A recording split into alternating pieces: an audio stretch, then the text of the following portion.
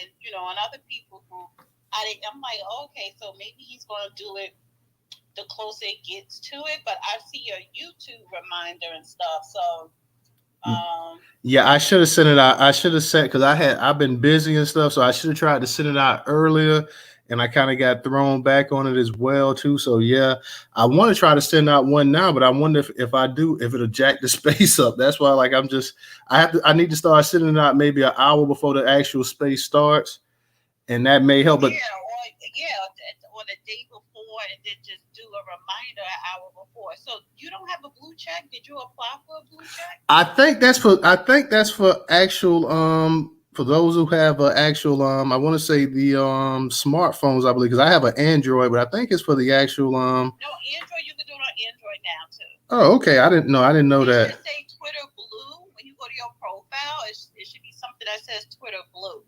Oh, okay, I have to check that out because yeah, I knew before they said it was just for people that was basically that had the actual Apple phones and stuff. So I guess okay now Android can do it as well. Yeah, because I have an Android and an Apple, and I applied for my blue check for the through my Apple, but on my Android I've seen the option come up. Okay. So yeah, you should try and look into that because I think maybe if you have a blue check, you won't have like these issues and stuff. Well, I mean, I need to go ahead and try to apply for that then and see too. I just don't like the way they changed it. Like, not anybody can get a blue check. Like, I don't, Right. I don't dig that. Like before, it's like you had to earn it or something. Or now it's just pretty. They just giving it to people. Like, if you pay the money for it, you could get a blue check. Yeah, because it's Twitter Blue. So when you go to your because I'm looking at it now on my Android, like if you click your profile picture and then it say profile Twitter Blue topics bookmark list or whatever, and you just click on the Twitter Blue and then it should and then it just tell you what to do like the next step. So I'm thinking maybe that will help if you have a blue check. It won't be like you'll be able to send out stuff without it being interrupted. So yeah. But okay, so I did text him too. I just texted him the thing now because I know he was getting his campaign office and stuff. Okay. When I spoke to him a couple of hours ago, but he remembered because I did remind him as well. But he likes to be fashionably late.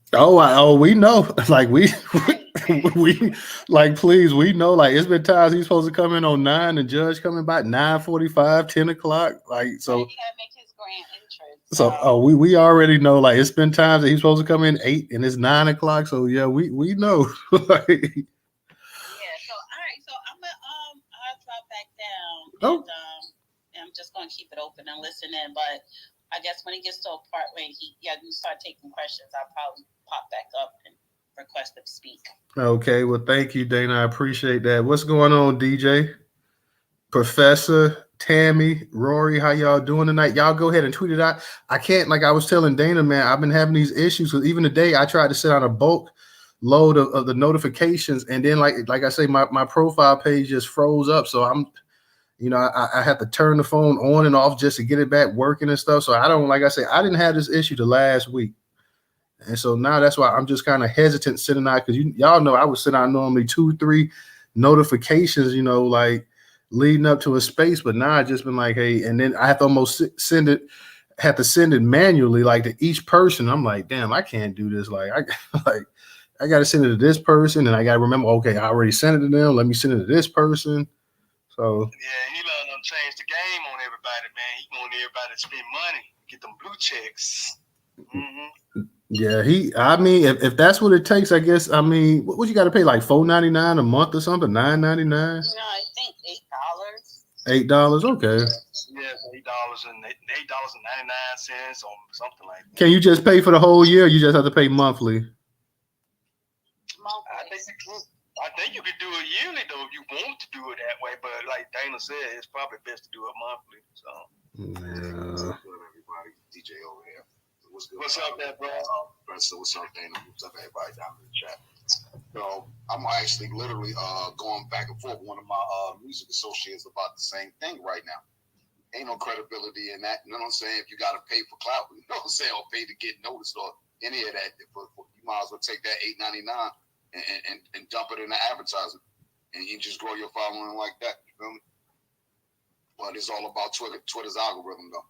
At the end of the day, so if you're part of that 8.99 crowd, you're gonna be a part of the algorithm. So you got to look at it like that too, though, man.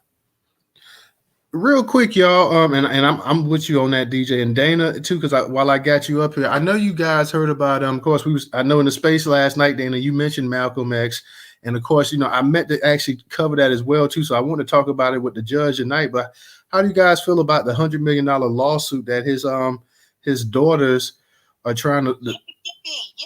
Yeah, they're trying to file against the CIA, the FBI, the NYPD Blue. I mean, because I definitely want to speak to the judge about that. How successful does he think they could possibly be in terms of suing these entities right here? I mean, I definitely support that, and his daughter, it's his estate, but Yasa, that's how you pronounce her name, because they did the annual Malcolm X tribute at the Audubon Ballroom in the Bronx, the Malcolm X and Betty Shabazz Center. And every year in the assassination anniversary, they have a nice program, and they had it live last night on YouTube. So it wasn't no coincidence that was the press conference for the lawsuit, and rightfully so, because all those entities, the CIA, FBI, New York Police Department, knew that he had a hit out on them, and they knew the day and where it was going to happen, and they could have intervened. And that's why I did a 1 hour live yesterday on my YouTube channel. A year prior to that, in 1964, he started the OAAU, because Malcolm X was a Black nationalist / Pan-Africanist, but not the ones we see today. And he linked up with Dr. Henry Clark, Gloria Richardson, and a couple other people. So it was an organization to build up the Black community, economics, education, reorientation and everything, for Black America, and to link it to certain countries, to Africa, because Africa had a OAU over there. And of course, during that time in the 60s, and you talk about the Civil Rights Act, I think was passed in 1965 and all this other stuff, they couldn't let that happen. So I think that the reason why they didn't step in, because they knew the power position Malcolm X had and the influence he had on the Black community. Like, he was very, a prominent person, a prominent figure, even though he wasn't with Nation of Islam, but he was still a Muslim.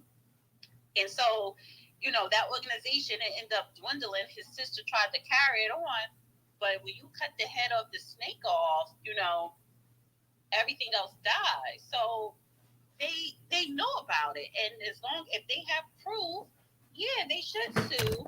Just like Malcolm X, his estate, they won the lawsuit, but they only wanted $1. So they just wanted it to be known, that the FBI or whoever the government had something to do with his assassination. But I'm all for that, So when they was killing a lot of our prominent leaders, then they knew once you kill them off, you see the state of Black America today. So they were looking down 50 years long term. So that happened 58 years ago. I think thinking about the timeline of that. What if he would have lived? What if his organization, the OAAU, would have been successful? What would our community look like? So yeah, real talk, and the fact that they went ahead and they framed 2 other guys for the murder as well too, because those guys got out last year sometime. So, and I think they already settled their lawsuit that they had. So, yeah, that was just something else right there. And I see that our man Ben Crump don't waste no time. Ben Crump is defending the sisters as well too. So, I mean, he's good at civil lawsuits. That's his specialty. That's what he does. He does civil lawsuits, but I hope he's not going to charge them 47% of the settlement, because that's what he charges his clients. He charges 47% of the settlement? Whoa. Lawyers only get 15. Lawyers, you're only supposed to get like 15%, 15, 20. He gets 47. I'm like, so how can he get away with getting 47%? if you look at the people who he represent, you know, with the families where their loved one is killed by the police, you're talking about poor Black people. So nobody speaks for them. You know what I'm saying? So here he comes in with the media, with the press, with politicians to help the family get a civil suit, you know, settlement. So they're going to be like, hey, you know, we'll take it. You know, but if it's somebody with some money, he ain't going to get 47%. But if you're a poor person, you know, which a lot of Black people are in those situations that things happen to them, you know, listen, if I'm going to walk away with 10 million, 20 million after your percentage, they're fine with that. And all of the attorneys do that. It's a lot of Morgan & Morgan, if y'all see those commercials. Yeah, Morgan & Morgan is worldwide now. Hell. And I remember saying, I had turned in an invoice to Morgan & Morgan. And the girl's like, you're charging $9,000 for that? I said, you charging 47 cents for nothing? Yeah, ask the judge that, bring that up about the lawyers and their charging fee as well. Just bring that up tonight. You know what I'm saying? As far as the percentage that lawyers be taking, like a Ben Crump out of the settlement. Can I chime in on that? Mm-hmm. It's against the law for a lawyer to charge more than 33%. That's in a civil suit. I don't know. That Negro's getting 47%. That I know. It's not publicly known. You have to know someone on the inside. He's getting 47%. But you know, how you know somebody on the inside? Because I do. I know a lot of people on the inside. But Dana says she connected. Other attorney fees come out of that. Media, like she said, it's not just going to Ben Crump. It's going to the expenses to get the case heard. So it ain't like you just cash the check. Yeah, it's costs and fees. And a lawyer, I'm sorry, I thought I did this. A lawyer can charge more than 30. Damn it. What the hell? Okay, sorry. Where are you getting this information from? I'm the lawyer. Okay, lawyer where? What state? So in my state and in most states, what you can state? charge. What state, man? What state? I'll answer your question. Arkansas is where I am, but Arkansas. Look it up. Federal, I bet you it ain't no. No, I know it's not. In federal courts, you can charge as long as you contract for more than 33%. The standard is 30% before you go to trial, 40% after. I've never charged that much myself on a contingency case, but then again, I don't take many contingency cases. I'm just saying that depending on the jurisdiction, it's not against the law to charge more than 33%. You can't charge contingency fees in notice how you say it depending on the jurisdiction. Notice how you said that. Now you changed it. I didn't. I'm saying in federal court, which is and the United States. Federal, and in a lot of cases that Ben Crump have are federal. So I mean, it'll be ethical with what you're saying as a counselor. Okay, if you want to believe what you want to believe because you Google something, that's No, I'm asking. You're teaching me, right? You're not asking. You're actually, doing the opposite. I'm going to talk to the counselor. You're being defensive, and you're saying that she's wrong. Everybody's wrong except for you. Well, I mean, if you're wrong, you're wrong. No, I'm wrong. You're wrong, sir. Sir, you're wrong. Well, I'm saying is this. Let me get back to the topic. Thank you, Jesus. Look, when the judge come up, everybody gonna be quiet. This is just getting. Yeah, we just trying to go ahead and create some dialogue real quick, and we're actually just talking about. But they ain't doing no dialogue. They supposed to There's no dialogue. So anyway. Okay, real quick. We just trying to, because we know Judge Joe, he comes in late, so we talking about the Malcolm X situation. Then we started talking about Ben Crump representing the actual family. And then we started talking about the actual, what he takes or whatever. So, it's just been they just been talking about, is it 47 or 47% supposedly that he takes, and it's supposed, Volvo was saying that it's supposed to be 30%, I believe, and 33% or whatever. So it's just pretty much, it's nothing really that serious at this point. They're just having a dialogue because we're just trying to create the actual conversation going till we get the actual judge in here. Ray, I sent you the co-host invite, so I don't know if you're having any issues. Professor, real quick, go ahead and say what you got to say as well, too. Go ahead and add to the conversation. So we're just trying to, like I say, just create some dialogue. Yeah, I know, man, but I wasn't going to comment on who getting paid what, I really don't think that's of interest right now to me anyway. But I do want to say that we do need to speak more on Brother Malcolm X. He was very important to our community. I tell you, there's many days I wish this brother, and along with Dr. Martin Luther King Jr., had got a chance to live. Just think about where our community would be right now if we had both of these leaders that were here. And of course, you probably have heard me say many times in this space, I always felt like the route that our community would have been better taken would have been the route of Malcolm X. Very intelligent brother. He knew that our community had to be self-sufficient. Later on in his life, he also said, hey, we do have to work with others, but he also knew too that we still had to be self-sufficient. We had to rely on each other.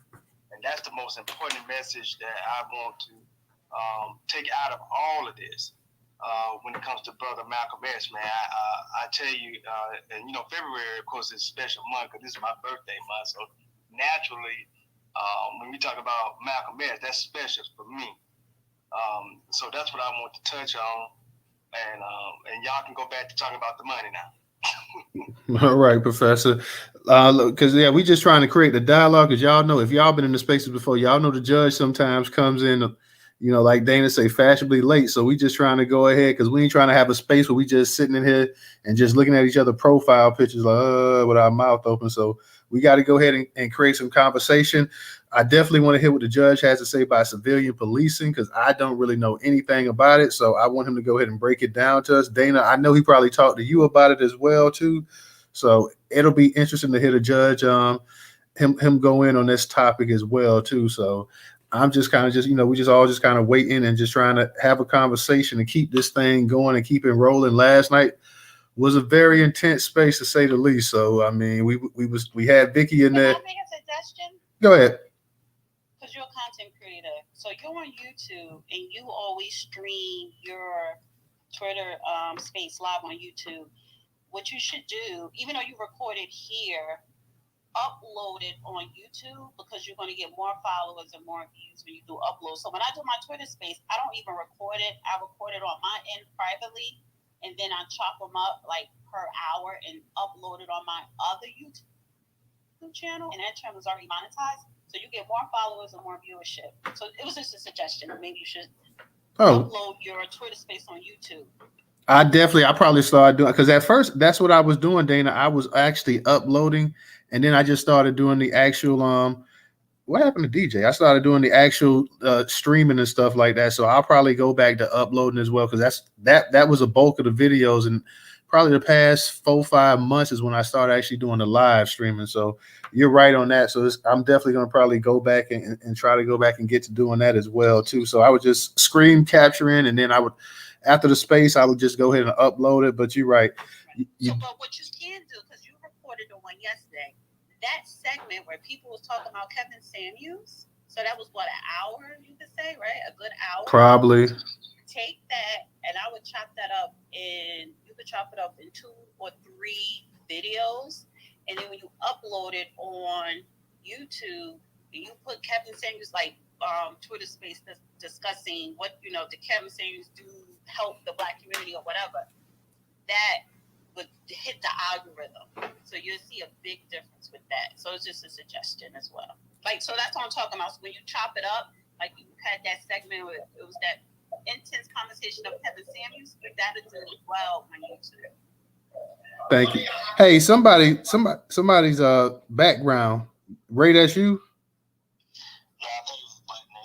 Okay, somebody kind of was a little choppy there, but Black Native, I know you wanted, and Dana, thank you for that advice. I definitely I got to get more tech savvy myself too. So I mean, I'm still learning as we go right now. So I definitely take that advice and stuff. I've been hearing people say that before. Yeah, you should chop up, you should do timestamps and this and that or whatever. So I definitely feel you on that. Volvo, I see you disconnecting. If you can, come back in here.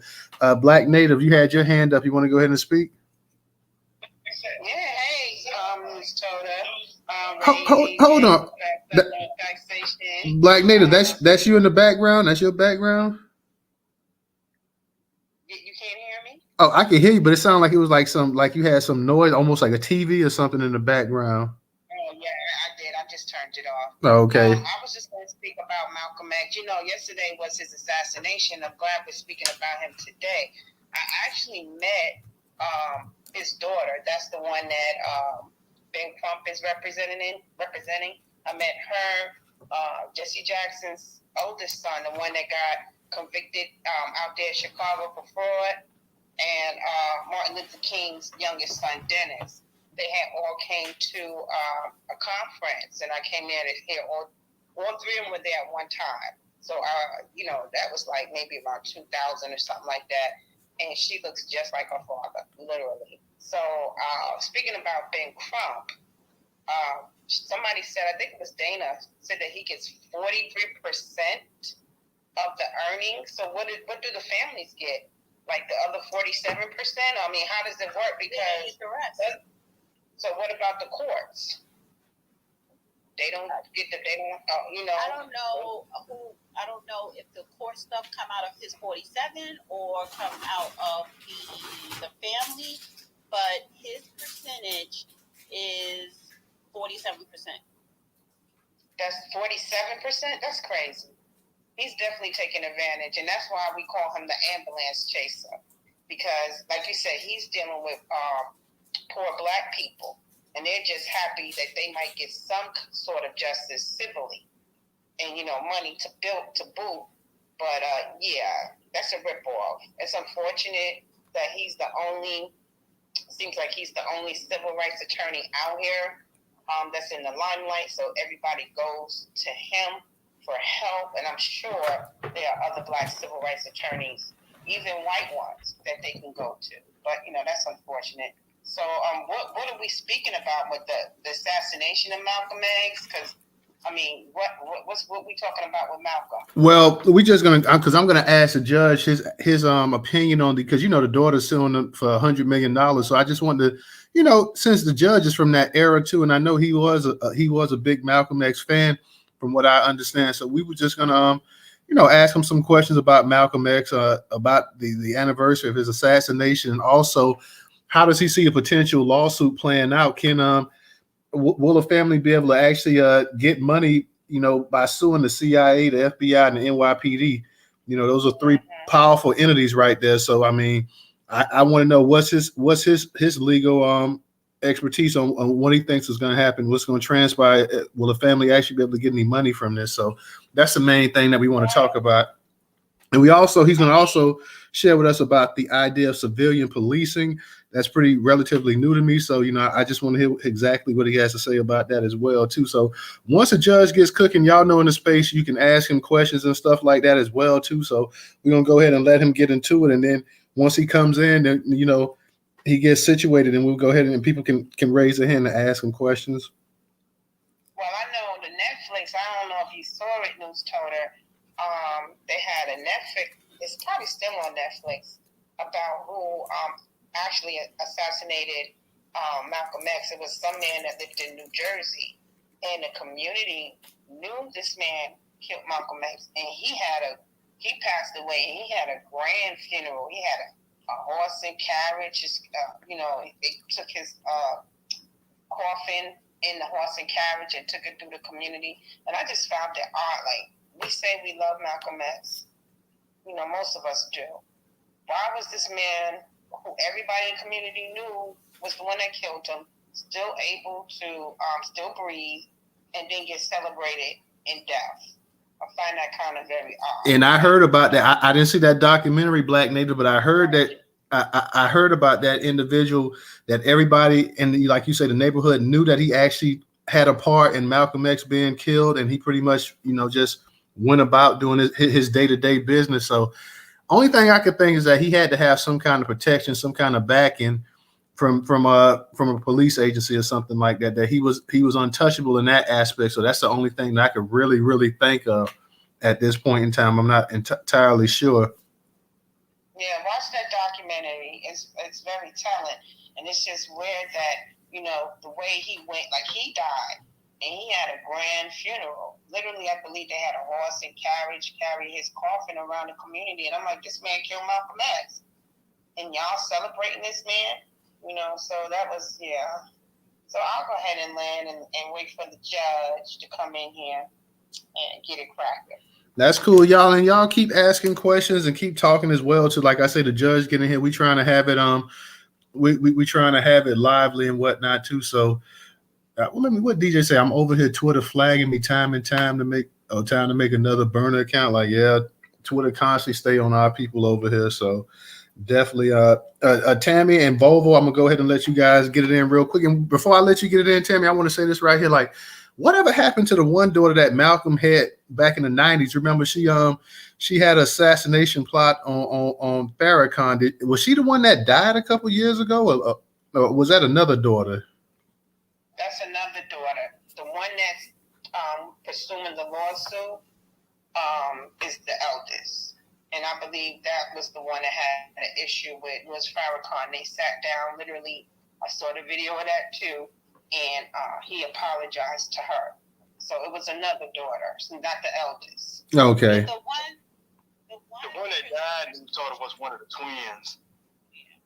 Yeah, it was one of the Okay. twins. I appreciate it. Because go ahead, Dana. I'm sorry. Go ahead. No, I was about to say the one that we saw at the press conference yesterday, Alasa. I don't know. Eliasa. Yeah, she's not the oldest. She's the middle, but I think the one that Black was just that Newstoter that you was saying, the one that was plotting to kill, I think she's older than the one that we see in the news conference. So the one we always see as the spokesperson, she's the middle one. And the real light-skinned one, Attila, I think she's the oldest. And then the one that was trying to kill Louis Farrakhan is the second oldest. And then it's the one we saw at the press conference. And I don't want to keep saying her name wrong. And then it's the other two twins. But who was the one whose son, who was named Malcolm X, he was murdered in Mexico? Oh, I don't. He was? Malcolm X's grandson was murdered in Mexico. Right. Who was his mother? Was his mother the one that was trying to kill Louis Farrakhan? I think he's the one that was trying to kill Louis Farrakhan. But the grandson was the one that accidentally killed his grandmother. Yeah, set the place on fire and killed Betty. Yeah, that's him. He was murdered in Mexico, the one that actually killed his grandmother? That's the one. He was murdered in Mexico. Yep. He was down there fighting for, as a matter of fact, wouldn't you know he was down there fighting for the migrants? Yep. He was down there fighting for the migrants. What the hell was he doing in Mexico? Huh? I say, what the hell was he doing in Mexico? Fighting for migrants. Fighting for those migrants down there. He was fighting for them to come over the border. Yeah. So who killed him? If he was One of the Mexicans killed him. Oh, man. The very people that he was fighting for. Yeah. That's wild.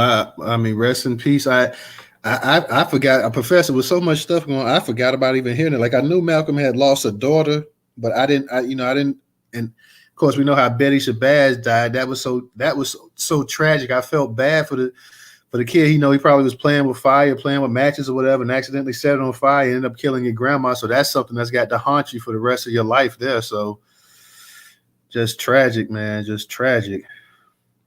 Go ahead, Tammy, and then Ray, you got it. Or let Ray go, because Ray could be having connection issues. So Ray, you go first. Believe it or not, man, since that update, I'm good. Go ahead, Tammy.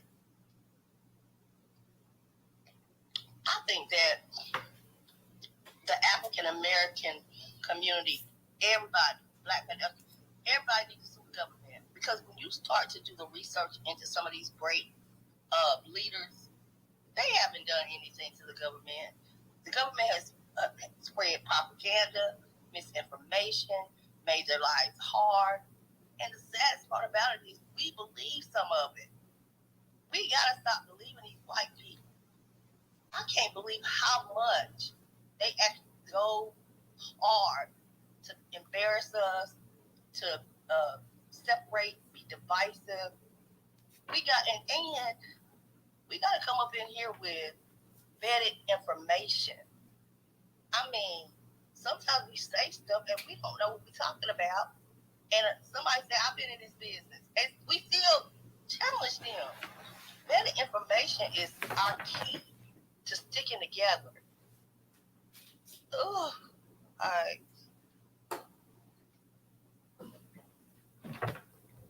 All right, Ray, go ahead. You got it. I was just gonna say, I definitely agree with what the sister said, because if you really look back at history, man, some of the things that's been going on, like that guy that was Malcolm X's bodyguard, everyone knows he was an undercover, undercover NYPD police officer or whatever. And then obviously, when Malcolm, when he left Malcolm got shot. From that pre-planned commotion that was going on. He gave Malcolm X, mouth to mouth resuscitation. And let me see, what else was it? Malcolm X's wife, who he held back. A lot of people don't know this. His wife was being held back. And the woman that was holding her back was his wife, Jean Roberts. Because Betty Shabazz, Malcolm X's wife, she was a registered nurse. She was a registered nurse, and she probably, I'm not saying she was disabled. They stopped the registered nurse and going in and trying to help her husband. Yeah, I wish the brother was still here, man. I really think about him often, man. That is my hero. Because, when I was a little boy, I always hear all these stories. And, I found out when I got old, I got a chance to read his book, and I found out all the things that he had went through and what he had became. I mean, that's an inspiration to anybody. And I land there. And he wasn't like, when you start reading his history, he wasn't like they gave us information as what he was like. You know what I mean? They tore that man's name down like that. He was a great man who we need to follow and get as much information out as possible, because they do this every day to Black people, destroy us. But I also want to add this to what I almost forgot. They definitely need to sue the government, because the two men that were accused that spent like 20-something years in jail, they were exonerated. Okay, so the people you're saying that was, you're saying they did this. They were exonerated. Take it in, brothers, but y'all need to sue the government. Because the guy that was a confirmed killer, the one that got shot in his leg, I know y'all probably seen that picture. The guy that got shot in his leg and they beat the crap out of him, outside of the Audubon, he told them 20 years ago, he's like, hey, these brothers had nothing to do with it. I think they said it was like a 4 or 5 man team, with backup shooters and all this other stuff, man. Like, this is the government. This is J. Daniel Hoover at his best, or worse, depending on how you want to look at it. Malcolm didn't stand a chance, man. He had all the agents around him. And what's even more messed up, the guy, Gene Roberts, that was involved, that was Malcolm X's security guard, a lot of people don't know, after that, he actually infiltrated the Panther 21, which was Tupac's mother. I don't know if y'all heard about the Panther 21 trial. What was it? The Black Panther members were arrested for some bombing, and they had rifles. They were planning to shoot at some police station like 68, 69, 1970, somewhere along that time. But yeah, this dude here, he brought down a lot of our great, a lot of our great people, man. And he just not talked about history enough, because that should be an example of what should be. Real talk, Ray. Ray dropping some knowledge there. One thing I think too, Ray, with those two guys, like you said, that was exonerated, and we mentioned that just a while ago. I believe they actually gained this settlement from the actual NYPD or whoever it was. I think they actually got a settlement for being wrongly accused, and the FBI knew that those guys, it was framed the whole time, because they were the ones, for the most part, that most people feel did the frame job. So, and getting back to what you said about Betty, yeah, Betty was a nurse. And I didn't know the part that you said somebody was holding her back. I will say this right here, the kind of wounds and stuff, that the gunshot wounds that Malcolm suffered, there's nothing in the world that would have saved him. Even if you could have got him to the hospital at that very second, he was done. They opened him up. That was definitely a straight up assassination right there. So I don't think it wouldn't have mattered much of a difference. He may have been able to hold on for a few more minutes, but there's no way he could have survived the actual kind of the kind of shots that he took that day. All right, y'all. And like for everybody coming up into space, y'all, Judge Joe should be on his way. We just trying to keep the dialogue going until he actually comes up in here. So we're gonna keep this thing going. Dana, real quick, because I know the judge, he's still running for mayor this year in 2024, 2023, excuse me, right? Yeah, he's running for mayor of Memphis, Tennessee. The election is this year in October. He actually has his headquarters because when I spoke to him earlier, he was on his way there, and but he did remember tonight. I told him 7 p.m. Central Time. And I just texted him too. But he is running for mayor of Memphis. He has a website, and it's be very helpful if everybody go and sign up to his website, to the mailing list. That's jjb2023.com. And if you want to donate and support his campaign, you can do so via the website or Cash App, $ Judge Joe Brown 2023. So yeah, he's running for mayor, and he's an independent. He's running as an independent. And I really do hope he gets elected. I know Memphis is 65% black. Oh, he's running as an independent? I thought he might be, because I thought Judge Joe was a Republican. No, he's an independent. He's an independent. He's not a Republican or a Democrat. He's registered as an independent, and that's what he's running as. So a lot of the people that are running against him are Democrats. That's basically a Democratic city. 65% of the population are black. A lot of people that's in City Hall that's running the city is black. So yeah, it's a black city, but they need some changes, especially when it comes to the crime. So hopefully he gets in, because he do have a plan. And during the space, when you finish having the conversation about Malcolm X and stuff, if people want to ask questions, ask him what is his plan for Memphis, so he can share with everybody. Absolutely. And I know Memphis was always, you right about that crime level that goes on in Memphis. What's the name of the first 48? Memphis, Miami, those were they were two of the major cities always on first 48, man. Like, damn, like. Right. I thought about that too a while back. And it's like the people that they be interviewing, it's like, come on. But they always pick like the worst criminals to put on that show, because they're the ones that's always folding. But yeah, no, it's a lot of good things that I think they have going on in Memphis, but a lot of times with crime, it overshadows that. But yeah, I think they bring a lot of positive, good change that's needed into Memphis. So, but he has a plan, and he will tell you. Oh, he's up here. Yeah, we got him. I saw him. I just sent you the invite to speak. So when you get that, go ahead and accept that. Yeah. So we got you up, and we got Judge Joe up in the house. So he should be shortly accepting the invite to speak, and then we can go ahead and we can touch up on the topic. So everybody in the space, y'all make sure y'all go ahead and share the space out as well. To go ahead and tweet it out to your followers. We're gonna get Judge Joe up in here in a second. Judge, if you see that invite, I'm sending you the invite again. Go ahead and accept it, and we can go ahead and we can bring you up here. So hadn't had the judge up in the Newstoter Twitter space in a while. I know, Dana, you have him up there in the spaces sometimes, but it's been a little while since we had the judge. It's been maybe since like August of last year.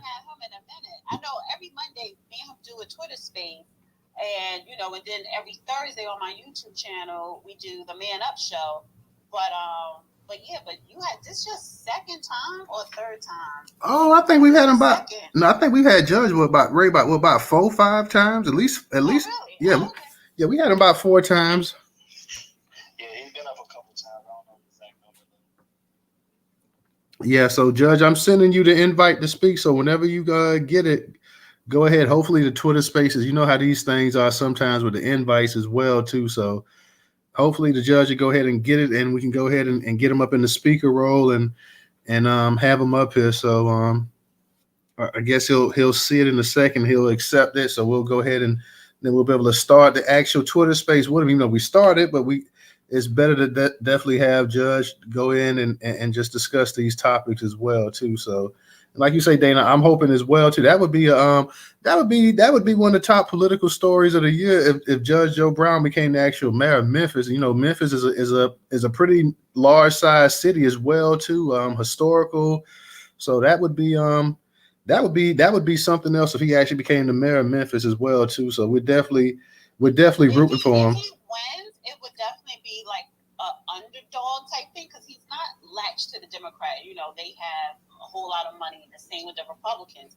But he's relying on the people, you know, people nationwide donating, people in Memphis voting. He's actually relying on the people to make a change, you know, and by voting for him. So, you know, that will be something if he, you know, is elected, and hopefully he is elected. But it depends on the people in Memphis.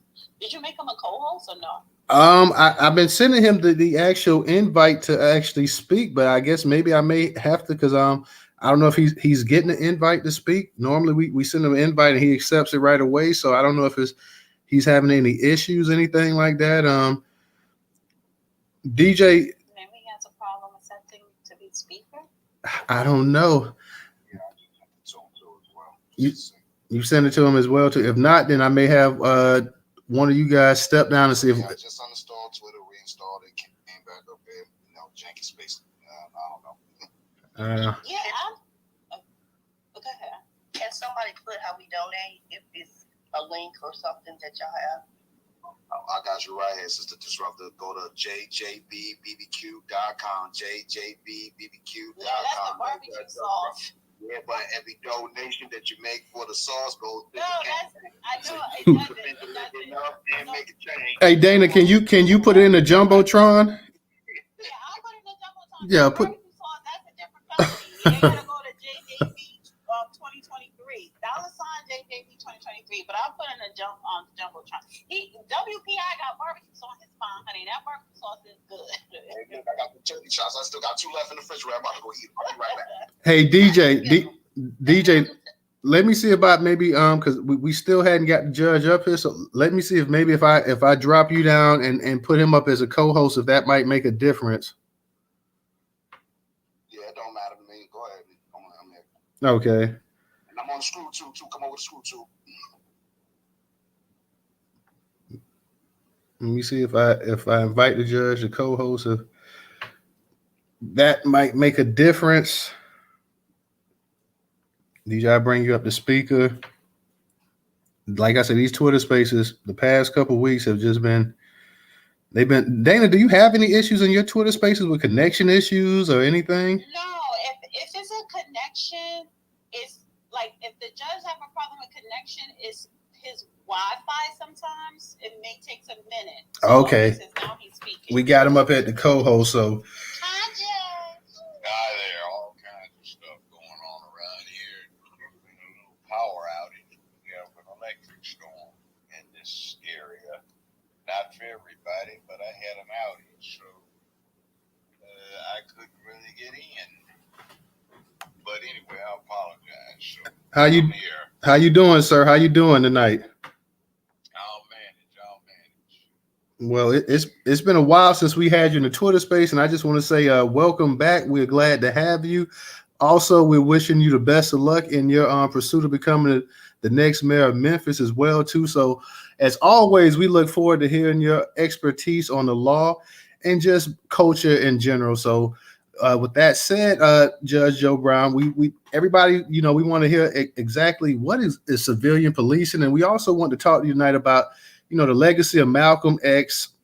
Celebrating his not celebrating, but remembering his assassination that took place yesterday, as well as what's your opinion on the actual lawsuit that his daughters are filing against the FBI, the CIA, and the NYPD for $100 million. Do you think that's something that the family has a realistic chance of actually winning? And they have Ben Crump as their lawyer as well. Well, let's see if he goes to trial and he tries. They probably won't settle with him. Might be interesting, but the issues that would have to be addressed would be sovereign immunity, statute of limitations, latches, which is even there's no official statute how long it's taken to bring such action.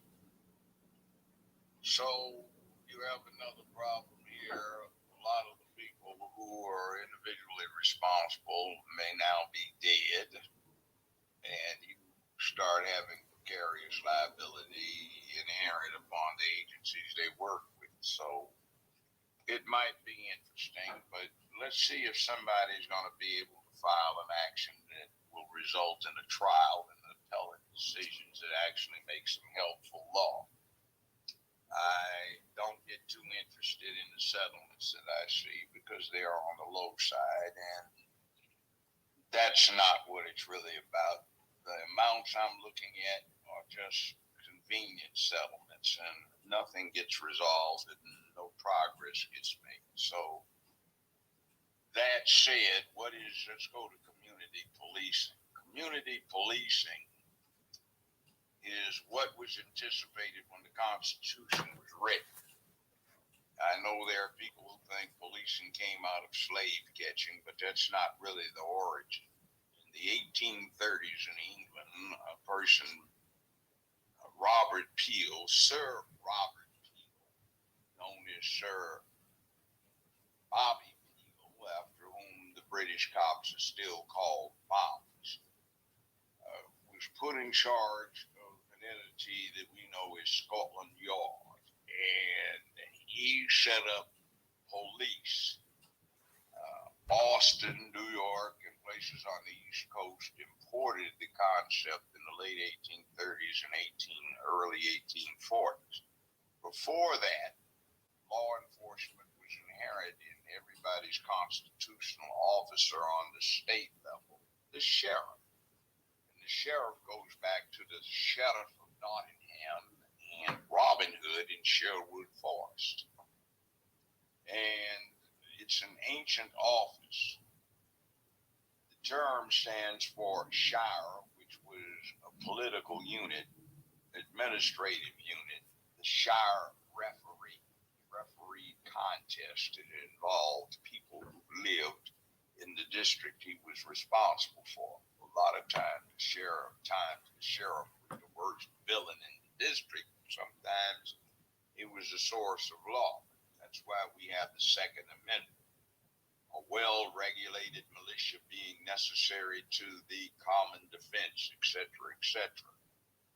The militia was a body of armed people that was composed of every able-bodied male from 15 generally to 45 or 60, depending upon the circumstance, who had a duty to being proficient with the weapons that would be used in the event that there was some need for armed force or a group of people acting in an organized fashion to obtain and maintain public peace, dignity, and order.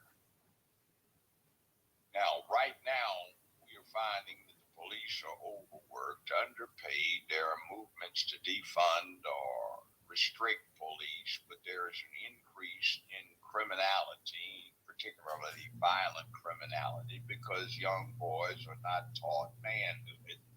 And manhood embraces the concept of teaching the planetary apex predator a set of values that he puts down deep in his soul so he controls himself, so he is a man of public peace, dignity, and order who can be brave and courageous when necessary. That is not done, and we have an infatuation with emotions and feelings now, so people are encouraged to act out their feelings and emotions rather than being cool, calm, rational, logical, reasonable, analytical, skeptical, laid back, and under self-control, tight self-control. That does nothing. So what community policing becomes is two things. One, the police department becomes rather embedded in the community, so it acts as the community. And another thing that I'm trying to put in place here in Memphis is where the police department is no longer this elitist thing that was created by Sir Robert Peel, an English aristocrat, but has more the model of the U.S. Department of Defense, where the commander-in-chief is a civilian. That's the president. In this case, a counterpart would be the mayor or the chief executive officer of the municipality. You have a secretary of defense. This would be your director or your commissioner of police. You have a civilian secretary of the Army, Navy, et cetera, and subsecretaries. So these would be your commissioners or directors of homicide, uniform patrol, traffic, sex crimes, juvenile matters, property crimes, etc. And what you would have is an elimination of the ineffectual civilian oversight into civilian command authority over a police department. And you would also be able to use the Second Amendment's proscription of militia elements, not for something out of some far right cranks fantasies, but you could take retired first responders, veterans, and good citizens who would go through the requisite training and supplement or supplant police patrolling of the network. It would be the municipal streets and avenues and properties and such like, so you could put fatherhood / manhood back in the hood and the hallways, and you could get a revision to this thing where when adults or people in responsible positions, not just police, but anyone who is in this, can do something about bringing public peace, dignity, and order to a community. So people would not feel helpless, but would be involved in the actual process of making where they live a safe and orderly place. It might have a salutary effect on what's going on, but that is what we have.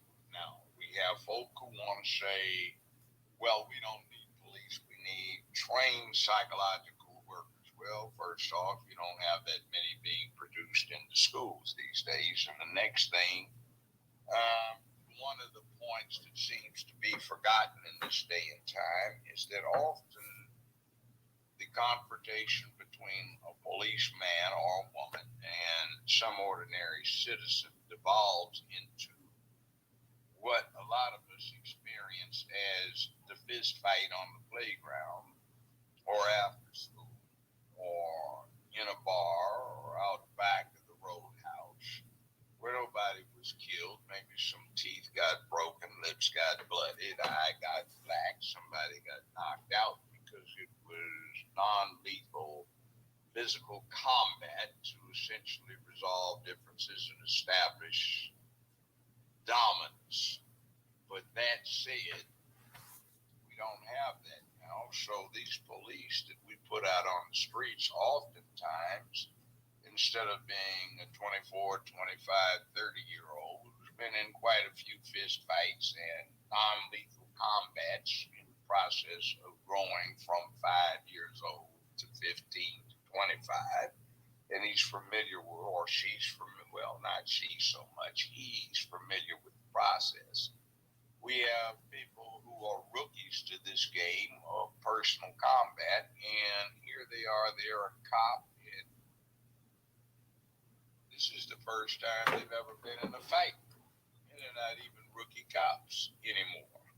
So how do you handle that adrenaline pump thing that's your heart and your adrenal gland that you feel when your body wants to shake and you get in your first combat and you're not familiar with yourself and the process? So the same thing applies when you say, well, we'll leave it to a shrink to get out there and resolve, and you've got two very angry people who want to kill each other or anybody else. That might be a bit much for somebody to handle who doesn't have the acumen or the training or the disposition. So it doesn't work that way.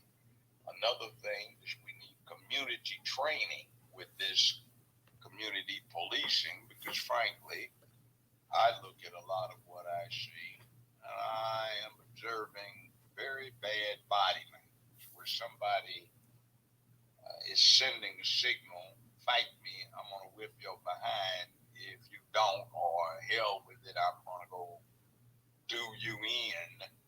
and the other person is getting this negative signal and they can't read it right, but they sense it, so they ramp theirs up. So you get two people who have never been through this process of being 7 years old and somebody 8 years old slapped you across the head, or somebody 7 did it, you have to fight. So by the time you get grown, you learn how to signal in an appropriate way, and you're polite and mannerable with each other, which diffuses a lot of violent consequences.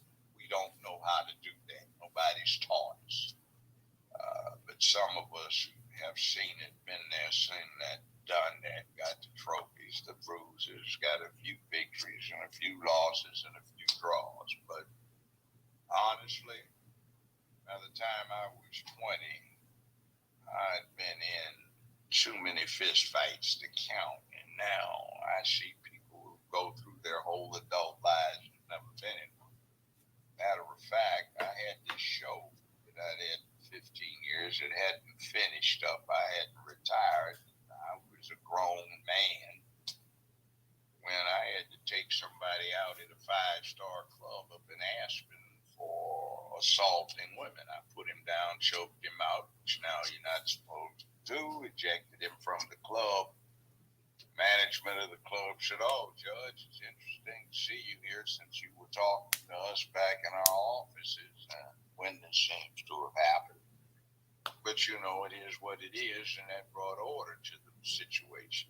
But sometimes you got to do what you got to do. So with that, I pass the mic. Okay, Judge. And real quick, do you think this is something that Memphis would definitely stand to benefit from? Of course, we know about the Tyree Nichols situation up there. Do you think that community police? You knew what the Tyree Nichols situation is. It wasn't a police matter. Wasn't a police matter at all.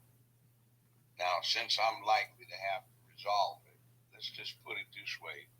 It was a matter that involved certain police, but it was not reflective on the police department. Did you notice in the video you saw that there was no escalation, no 0 to 60, but 60 miles an hour from the front end?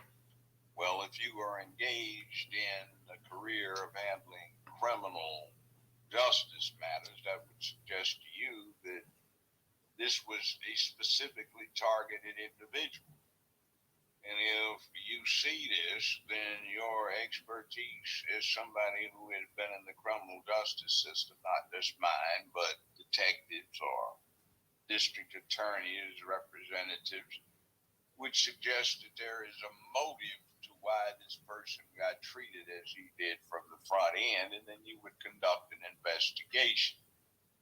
Now, the streets did not erupt in Memphis, though they did elsewhere in the country behind this, but perhaps the reason the streets stayed quiet here is because the streets were aware of what was going on. Now, there are allegations out there, but let's just say that you had young men from 22, 23 to 31 or 32 who were unsupervised, who had a grievance where, let's say that there are allegations that the deceased was targeted not for a homicide, but for a behind whipping, that because of his problem, his affliction with Crohn's disease, allegedly resulted in his demise. So what started out as perhaps an aggravated assault morphed into a homicide. And by the way, that would indicate felony murder, not second-degree murder, because first-degree murder embraces murder in the perpetration of a designated felony, which would be aggravated assault in this case, and kidnapping, which is also charged, but somebody got indicted, several somebodies, on second-degree murder in what seems to be a record for Memphis of less than 10 days from an event to an indictment, which is the fastest in the last 50 years that bypassed the issuance of a warrant that would have resulted in preliminary hearing matters and then morphed into a grand jury situation. So we jumped straight into it.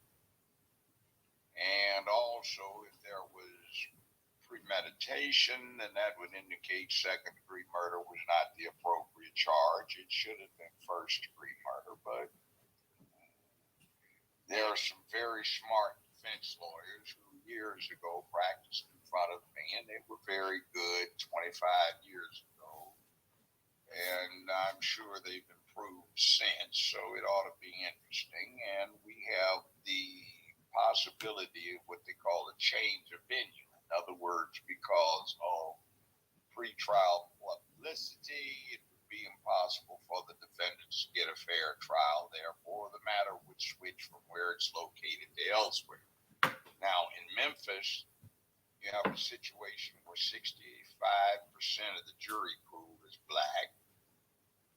You have 60% of the police department is black. 60% of the criminal court judges are black, interestingly enough. 60% of the criminal court judges are female, if you include the white representatives in that. And there is no reason why someone would not be getting a fair trial, and no reason why you would have a racially motivated police department that would be oppressing citizens. You had young people that had perhaps another motive to go after a targeted individual, which, let us say, hypothetically, that there are street allegations that the deceased and the baby mama of one cop, the wife of another cop, and potentially the wife of the third cop may have had a little bit of a multiple triangle going in here. So some young men who were associated with the women in question got really aggrieved, perhaps, and a little out of line. So what we have, contrary to what is being hyped around the country, is not a police versus citizen thing, but several young men who did not know how to deal with the women in their lives, perhaps,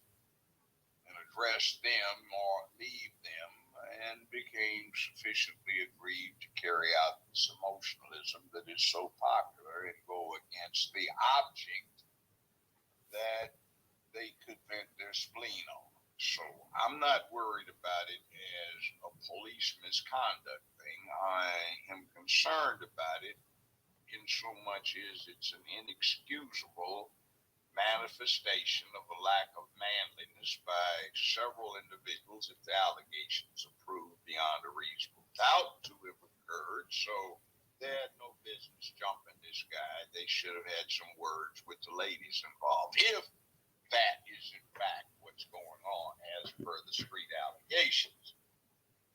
Now, I said that, and I was touching on it without saying it. Absolutely. This is a reality. Absolutely. I know Ray, he has his hand up. Ray, you want to ask the judge something real quick? And if you guys in the audience, if you want to ask the judge something as well too, whether it's pertaining to the actual lawsuit that the Malcolm X family is bringing against the NYPD and the CIA and the FBI, or you want to speak on community policing, I think I put civilian policing in the actual title, but nonetheless, if you guys want to speak on that, please go ahead and raise your hand. Ray, you got it. Go ahead. What's going on, cuz? Hey, Cousin, how you doing? I'm good. I'm hanging in there. Can't complain. So, just kind of a two-part question. I know that Malcolm X was assassinated, I believe, in 1965 or 1966. So 64. So you'd have been around 17 or 18. I was just wondering, did you ever get a chance to hear the brother speak at all? Yes, I did. Yes, Okay. I did. You know, he can fire you up. I mean, there's not been anybody except perhaps Minister Farrakhan or H. Rap Brown that have come and gone in the interim who could fire folk up like that. King couldn't get a young person fired up like Malcolm could. That's why they were so afraid of him. And Malcolm was going through some morphing, and he was becoming more worldly and understanding of some other bigger things that were going on that needed to be dealt with. So it is tragic what happened to him, but by the time the 60s got halfway through, it wasn't Martin Luther King. It was Malcolm X. And then by 1966, 67, became H. Rap Brown. He got betrayed by Ron Karenga and his US organization. They smuggled a carbine into his luggage when they took it to the airport. He got busted because he was under federal charges for inciting riots.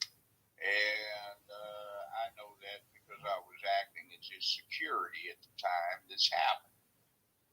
So, or one of his security people out in LA at the time it happened. So we had a problem. And by the end of the 60s, what was in progress was defeated by betrayal by no good scoundrels, pimps, hustlers, and cowards who, for various reasons, money, to avoid prosecution themselves, helped take down what was the Black Power thing. And that combined with blaxploitation movies, where Hollywood's movie industry, being in deep financial trouble, found that if they appealed to deprived moviegoers, meaning black folk who wanted to see themselves by appealing to the lowest common denominator, could embark on a half-century program of glorifying dysfunction that has still a profound impact on what's going on. Malcolm was one hell of a speaker, and that man could. Oh, and he didn't stutter. He knew his subject, and he went. And by the time you got through listening to him, like magic, you were flying. You were ready to take on the world. H. Rap Brown was like that too. But we hardly hear about H. Rap Brown, do we? Hardly hear about him. He was one of the good ones. We heard about Eldridge Cleaver, Huey P. Newton, and such like. Geronimo Pratt, I knew him personally. I recruited him at UCLA. We heard about Elaine Brown. I recruited her at UCLA. We heard about John and Bunchy. I recruited them to UCLA. We used to hang out together and talk a lot. Nathaniel Clark, Captain Franco got slain. And if you want to see what happened to him, you can find a copy of the book Glass House Tapes by Louis Tackwood. Read that. I knew him. Scared the hell out of me when I was in law school when I went to watch this homicide trial. And I said, what's he doing here? We thought he was a medic because he always treated people's injuries. And then he turned out not to be a snitch. He was head of the SIS unit for LAPD, Lieutenant Tackwood.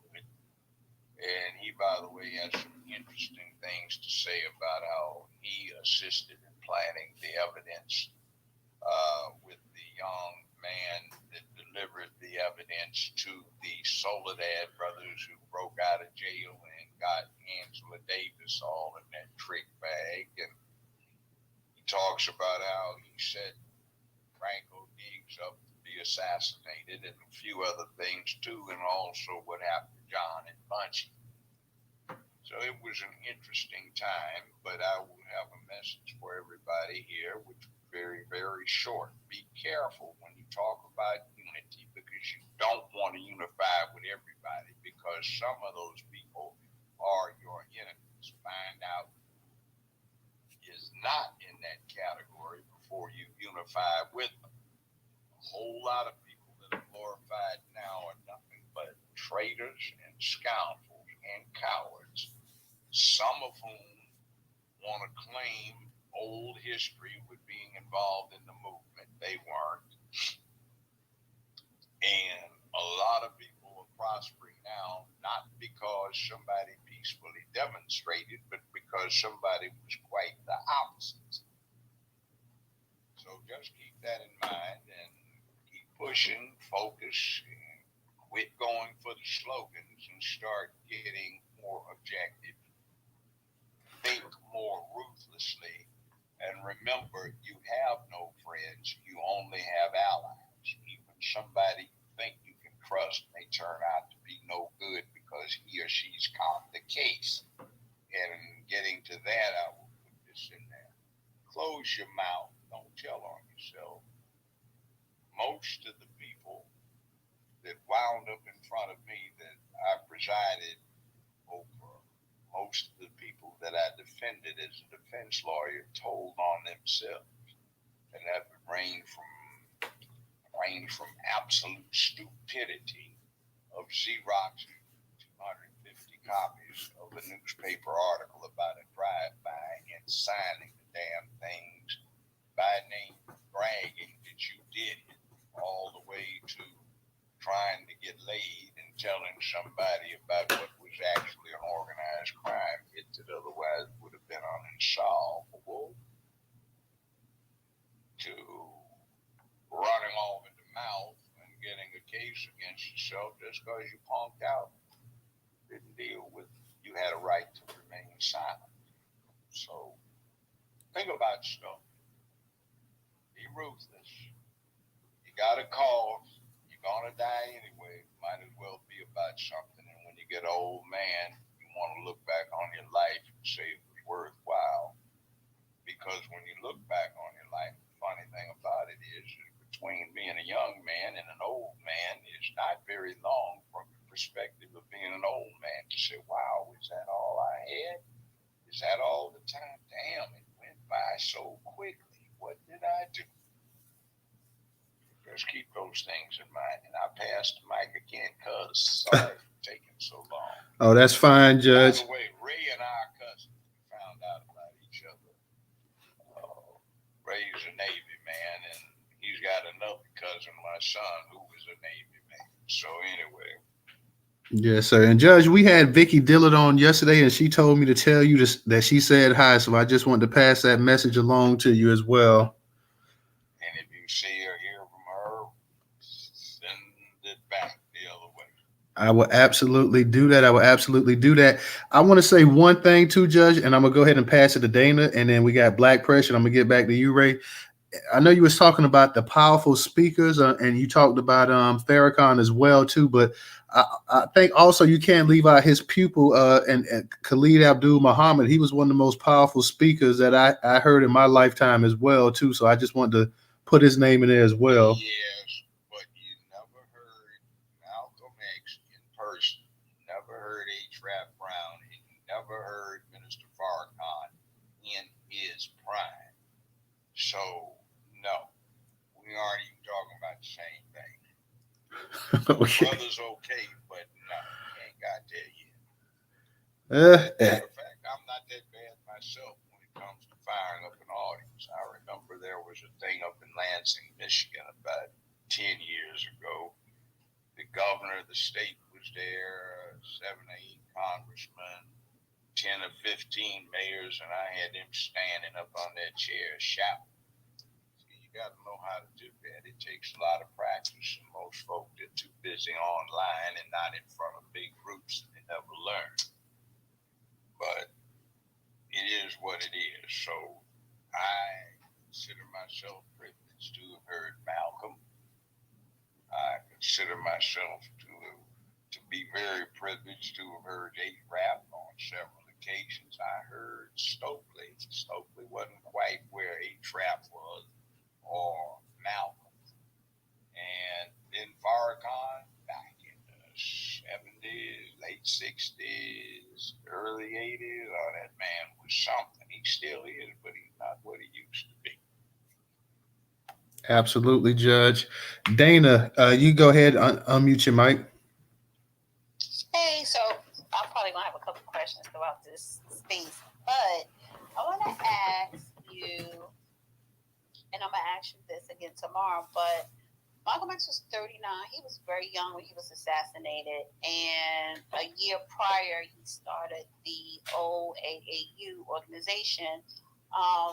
So I just want to ask you, Judge, if he was never assassinated, right? If he had lived What impact do you think he would have had on the Black community? It wouldn't be like it is now. Right. Let me say this. Every man I know will tell you that at 39, you haven't come into your fullness. You hit it about 45. You get on your stroke, and you really get on the plateau when you get over 50. That's when your true power comes in, where you have practiced what you're doing. You have the experience. You have done it, seen it, experienced it. You've done it more than one time.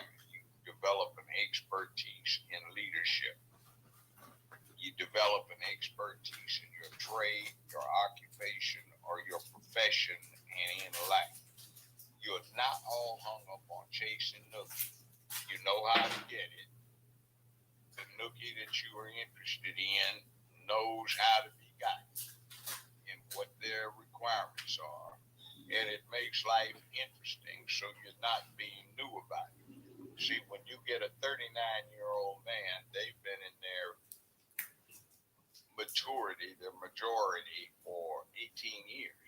It's not long. Wait till you have been grown for 25 or 30 years. Then you start talking. So everybody I've known that made it through 40 and got to the other side was much improved on the other side and was much more formidable. Now, we lack that because nobody on a current stage does that. We've got pimps, hustlers, simps, and clowns that are basically using their position to earn money. See, first thing, none of these people were doing what they did to earn money. They were doing it for a cause, for a purpose. They had motivation aside from getting in contributions, Cash App to get donations to their YouTube space to sell a book, and in order to get something from somebody that was word of mouth. And you see, nowadays, we like to drop names of where we got something from because he wrote a book. Well, there are a whole lot of fools that write books now, and it's not the same. And what we used to go on is what the person was about, because there are a lot of extremely wise, experienced, and able people out there who have never written a book. And you need to listen to them sometimes. They've got a lot of wisdom to impart. And it is always good to listen to wisdom. That's like just getting sent over to the Nam, and it's back in the late 60s. Somebody who is an experienced sergeant is trying to tell you what he learned on his 2 tours. You better listen if you want to come back in one piece or not in a body bag. So, it's like find out what's going on. So the other part of my question is, if he would have lived, what do you think his impact would have been on the Black community and here in America and maybe even abroad? Well, okay, here, let me put it this way. King was good at what he did, but you have to understand his objective was trying to ultimately save somebody's soul, keep the peace. Malcolm was not trying to keep the peace. And though he was a minister, that particular persuasion is not so much getting you to the pearly gates. It's something else. It's about your conduct, about your appropriate conduct that is the object. Now, that said, Martin Luther King was a preacher. Malcolm X may have been a minister, but he was not a preacher. He was a leader who was speaking to you. Because unlike Martin Luther King, who spoke from the pulpit, who peacefully marched, Malcolm X was a commander of men and troops. He had people following his orders. There is a big difference. H. Rap Brown was trying to inspire youth to become galvanized into taking action, and his action was illustrated by his proclivity to reach in his pocket several times during a speech and pull out a book of matches and hold it up and say, everybody can get these at every gas station, supermarket, restaurant, hamburger stand in America, and we can always use it. He would go on from there and said, you can vest power in consequences for failing to deliver to your demands. And see, that wasn't what Malcolm was contradicting, but it was what King was contradicting, because the way I viewed civil rights at the time was an embarrassment. I'm not getting on my knees and let somebody beat me across the head so somebody else felt guilty about it. Hell no. You raise your hand to me, you might not have one to bring back. And that's the way we felt. James Brown put it very succinctly when he said, just open up the door. I don't need you to do it for me. I'll do it for myself. And he wasn't original with the idea. That was us. And we had that idea.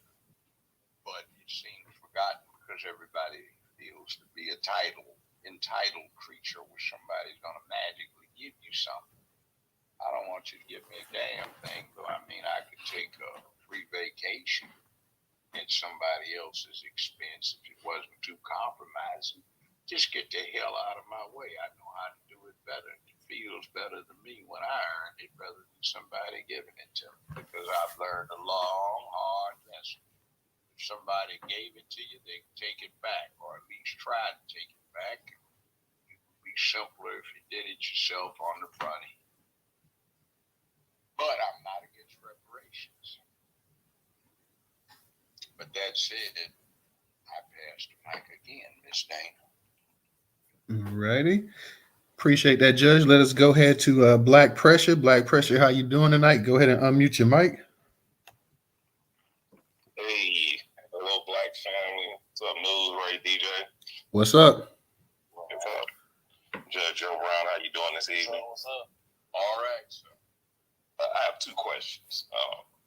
I know you were telling us that when you look back at a lot of these people we reference now and have a lot of esteem for, they ended up being agents. So my first question is, did you know Bobby Rush? And if you did, was he solid or was he a snake? And my second question is kind of more poignant to me. He was not a snake that I know of. Okay. And my second... By the way, he told Barack Obama a new ass one time when Barack Obama ran against him for his seat in the House. Gotcha. They recorded it. If you ever get a chance to see that, Bobby Rush tore him up. Now, why you running? You let the white people put you up for? What's the issue down in the second ward? You don't even know, do you? Why are you offering yourself? You're trying to front off for those developers who want this land that people got through homesteading. Tell the truth to the people. Now, they seem to be allies, but you know, politics make strange bedfellows, they say. Yeah. Okay. My second question, and this is more specific to a geographic area, and I know you were there. Definitely, we all know you were there around the time. So my second question is, from all your knowledge and wisdom, do you believe that the fallout of the Black Panthers in the Los Angeles area led to the formation of what we know now as the Crips and Bloods? And I'll land my plane there. Okay, 1965 August. They had Slauson's Dale Vikings businessmen, Bobtown, De La Soul, etc. They were street gangs. They'd been around for quite a while. A lot of them had been sent to prison.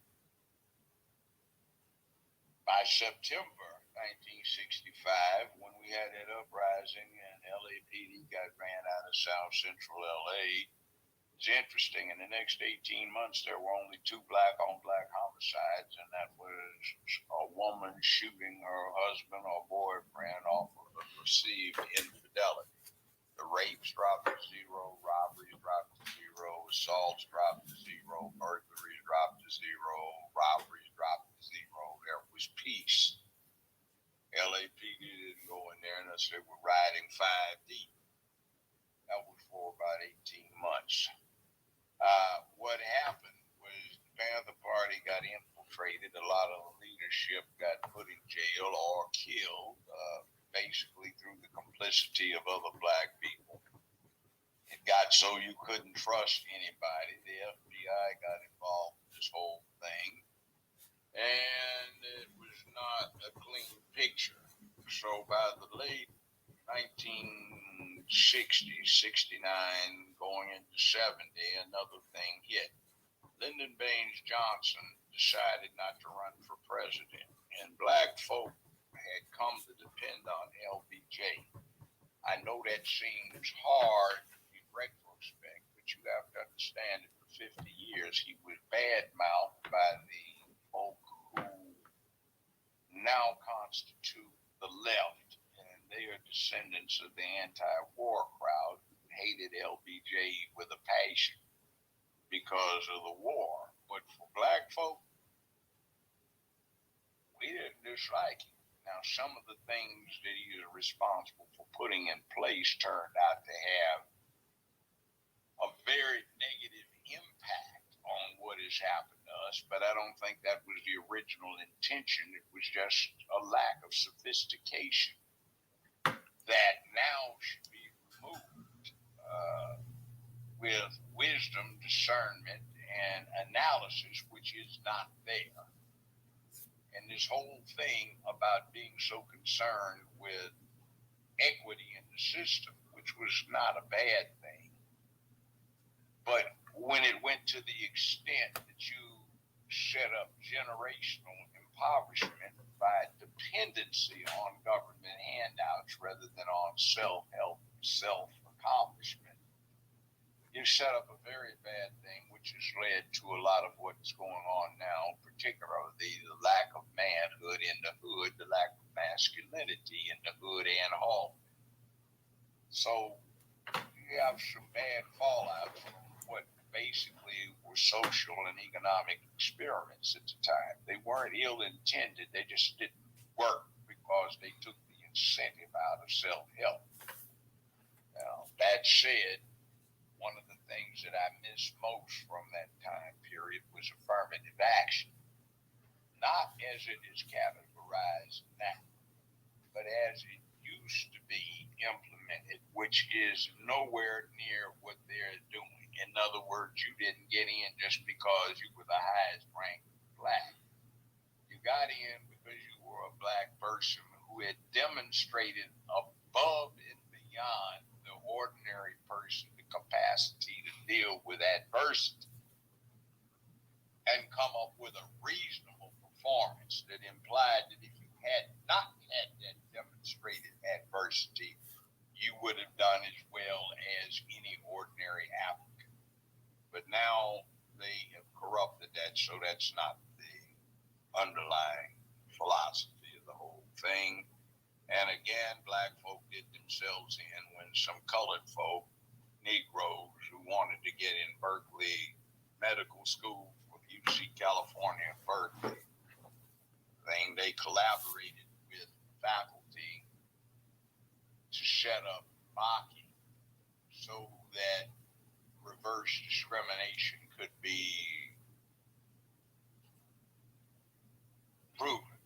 Now, we black law students in the state said, oh God, don't do that. Do not do that. But they insisted, and they got in and ruined it for the future. Now, it was a rule of 19 at the time, there were 19 black dental students in the state of California. There were 119 black medical students, and there were 219 black law students. So with that small group in what was the largest state in the country at the time, and it still is, you took this 119 group of black medical students with a select few at Berkeley were counted in that number who wanted to expand by cutting some corners. We lost out on it, and we set the case up Bakke that resulted in the demise of affirmative action for the most part. So here we are now. Now there are hundreds, thousands of black folk who got somewhere because of affirmative action. And it was a good thing. But it's been forgotten now in terms of the impact. One downside to it was it got cut off too early. And what happened is the leadership, the intelligent component of the black community, got to leave. They came back to help, but they got shooed away because the Nixon administration got in 1968. Everybody gave up hope, but not everybody, but too many did. And they used that along with J. Edgar Hoover. And one of the most profound set of enemies we've had since the Klan, which is the FBI. They did a lot of things to turn the games around. Now, the FBI was interesting in that it did not like the Klan because J. Edgar Hoover, as you can find out going through the Smithsonian Channel, the History Channel, reading the modern analysis, J. Edgar Hoover was a black person. His parents got run out of Louisiana for trying to pass for white. And if you look at a young J. Edgar Hoover, he looks quite black. So he was gay. He was resentful of the treatment he received because of that. He was resentful of black people for being a negative that he was associated with. And he used his position to help destroy the black movement because it embarrassed him. However, he hated the Klan for running his family out of Louisiana, so he was always anti-Klan. But short of the Klan, one of the worst enemies we've had in this country's history has been the Federal Bureau of Investigation, which was formed to get Jack Johnson, first black heavyweight champion of the world, because he had a white wife and too many white women in his entourage, so they set up the Mann Act, which is still in effect, and I think R. Kelly ran afoul of that in some of the trials he's been through. So the FBI was set up to make sure they could get a case on Jack Johnson and keep black people in line, and that's how they started. After the war, they were an unarmed group, so they got assigned the task of keeping records on distillate beverages, legal alcohol, and that's why the requirements to this day to be an agent are that you be a certified public accountant or an attorney or lawyer specializing in taxation. Now, that's really not what would produce a lot of bad men. So, though the FBI has benefited J. Edgar Hoover's propaganda for being all this and that, basically they're a bunch of nerds. You did have some special agents like Melvin Purvis, Elliot Ness, and a few others who had made a business of killing people. They got brought in, but they got taken out of the picture in 1949 when every one of them mysteriously committed suicide over a 6-month period. So we have the FBI that a black caucus loves to death that has been a century-long enemy of black people. Now, we have to do better. Real quick, Judge, I wanted to touch up on something, but real quick, guys, get up in the Jumbotron. Up in the Jumbotron, you will find the Newstoter YouTube channel as well as the actual newsletter. Please go ahead and subscribe to both of them. Please go ahead and subscribe to both of them. We also, I believe Dana put Judge Joe's information in there if you guys would like to make a donation to his campaign. You can also get up in the Jumbotron and do that as well as also. So please, if you guys are thinking about trying to support the judge nationwide, every penny helps. So please go ahead and think about doing that. Also, if you can, support us on Cash App, $Newstoter, $Newstoter. Newstoter is the largest Black-owned, largest Black American-owned news curation media platform today in America. Once again, that is $Newstoter, $Newstoter. If you don't have Cash App, we have the Venmo and PayPal up in the Jumbotron as well too. For those on YouTube, we have those links in the actual description. Judge, real quick, we had a space a couple nights ago, and we was talking about the actual, you had these documentaries coming out about the Alphabet Boys, and it was talking about the 2020 protest with George Floyd, and it was mentioning up there in Denver that you had the FBI actually having paid informants going in there trying to incite violence, having them infiltrate these actual organizations and getting in leadership roles and having people try to purchase guns and everything else to commit violence. So I was just trying to see exactly what did you feel about that, because we know this is a tactic that they've been doing forever. I looked at it, saw it, eyeballed it over and over again in the late 60s. It's called they bring in agitators. They tried to start something, give them an excuse to come down on somebody. It's a tactic they've been using for decades. They're not your friends. Yeah, one thing I found interesting also, Judge, was that at the height of when you had the George Floyd, and they was taking people names off of buildings and highways and universities and you name it or whatever. One person name who never came up that you just mentioned was J. Edgar Hoover. You never heard a public outcry to get rid of J. Edgar Hoover's name off the FBI building. He was a sick man. Yeah, he was that, and he had a whole lot of people in politics and Hollywood and everything else that was just, he had the president of the United States, from what they said, in fear of him as well. Well, let me tell you what, he blackmailed people. When he was a younger agent, not in charge of the FBI, and remember, they're talking about Manning, transporting women across state lines for purposes, illicit purposes, all right? He got assigned to investigate the brothels in New York City. And at that point, 90+% of the politicians in that part of the country, which was a very important part of the country at the time, patronized those brothels, and a very high percentage of them had venereal diseases that they had incurred, and they were keeping it quiet. He ingratiated himself with the madams and the girls, and he got a lot of blackmail information that he astutely used to quickly rise to the top in the FBI and then become its director, and then used the same process to get them authorization to be armed, and then he recruited Hollywood to the cause and set up a lot of manufacturing incidents wherein the FBI became known for these ferocious law enforcement gunmen.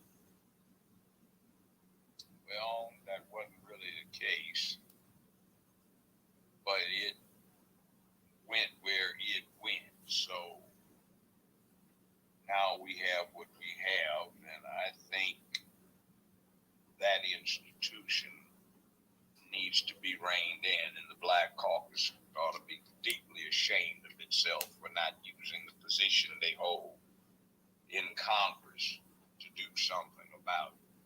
And I find it also interesting that in the late 70s, when some of the things, the atrocities they were responsible for started coming to light, Congress passed some laws that made what Hoover had been doing on a regular basis that weren't legal, but were unmentioned. They specifically forbade those things, but after 9/11, unfortunately for the country, in the name of defeating terrorism, under the Homeland Security Act / Patriot Act, those specifically outlawed practices were made totally legal.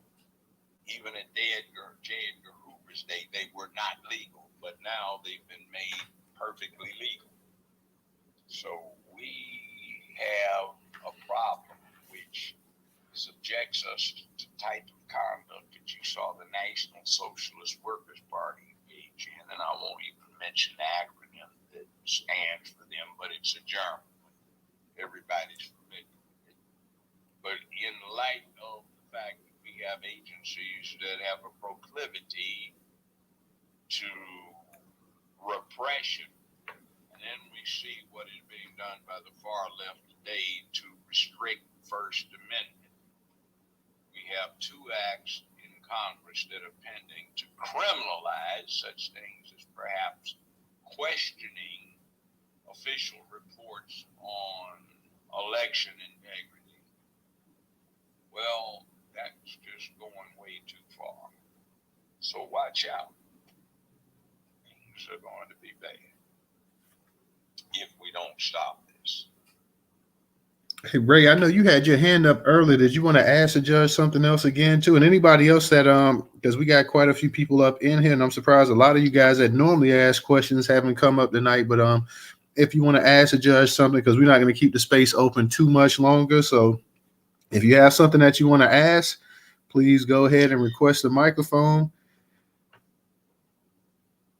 Go ahead, Dana. You got your hand up. Go ahead.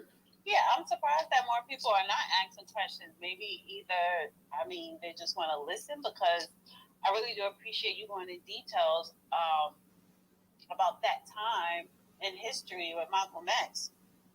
And I hope that people are not requesting because they are listening and appreciating what you're saying, and not just waiting for you to say something controversial that they can just disagree with. But what should we be doing? 2 questions. What should we individually be doing, and Black America as a whole be doing today? And what is the importance of Black History Month? Let me start with that one first.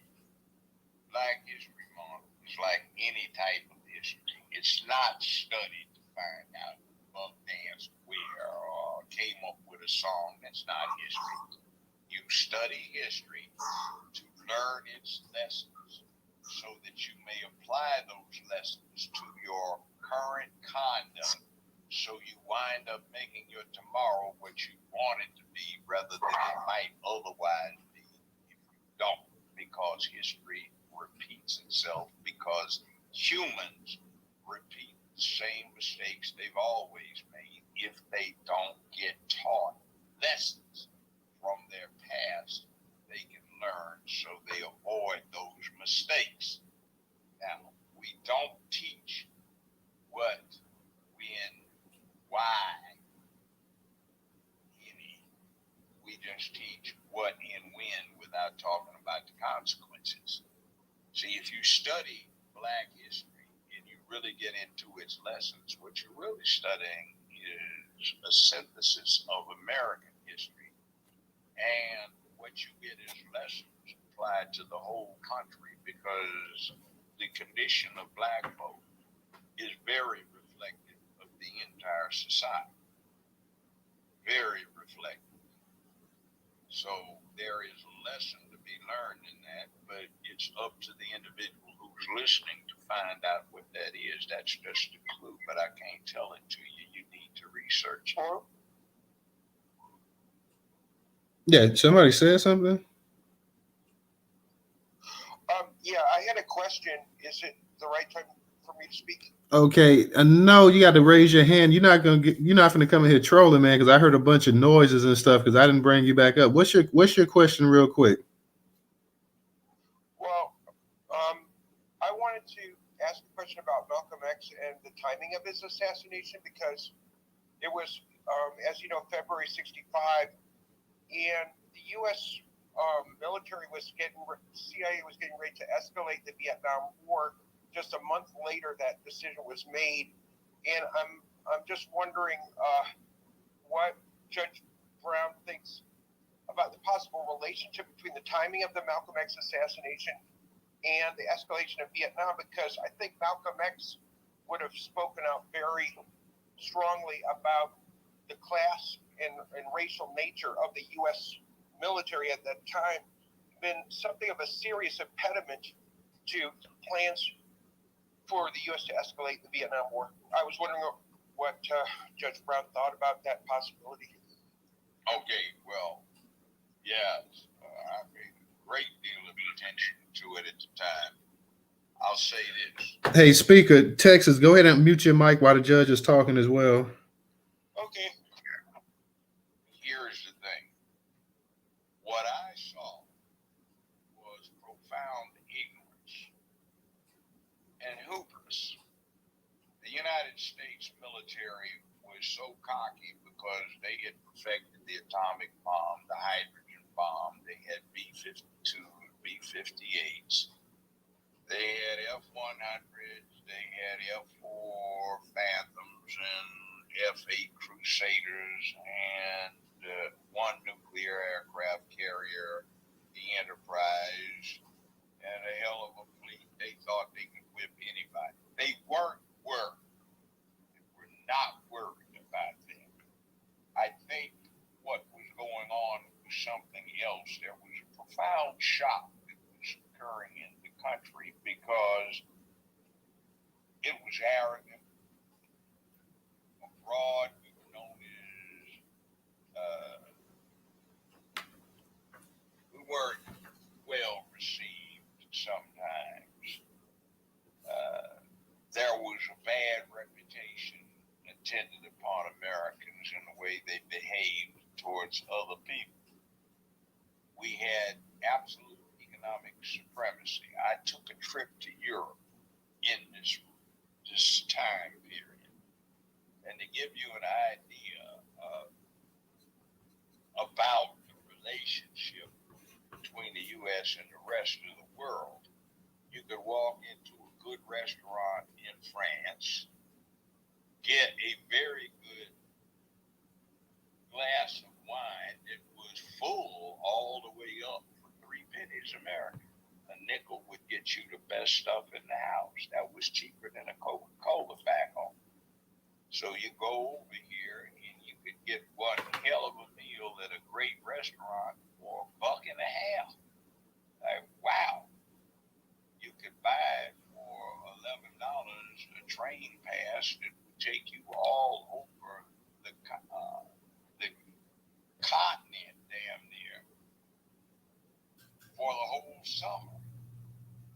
And you had on Lufthansa round trip from New York to Copenhagen for $121. I mean, you could live it up, and everybody was arrogant. Oh man, we outspend everybody, and we got the bomb. Nobody can mess with us. But we were dealing with contradictions at home. And Malcolm got killed for a number of reasons. He was way, way beyond whether his feet were planted firmly on the ground or he was uppity. He was becoming a force of nature and galvanizing people to self-examine and ask the wrong kinds of questions. Now, there was, unfortunately, a lot of tension within the Nation of Islam that came to fore at that time between who was the leadership. Was it Elijah Muhammad or was it Malcolm X? That was an anathema to the organization. And I think some people exploited that. And Malcolm was perceived as having entirely too much power for a black man. I mean, he had the FOI. They were willing to sacrifice, life included. So black people were supposed to be able to pray and get on their knees and beg, but not command and deliver power and authority. No way. And Malcolm, again, I have to emphasize this. It's like if you took the best stand-up comic you ever ran into and turned him to something serious, but you did not take away his ability to perceive essences.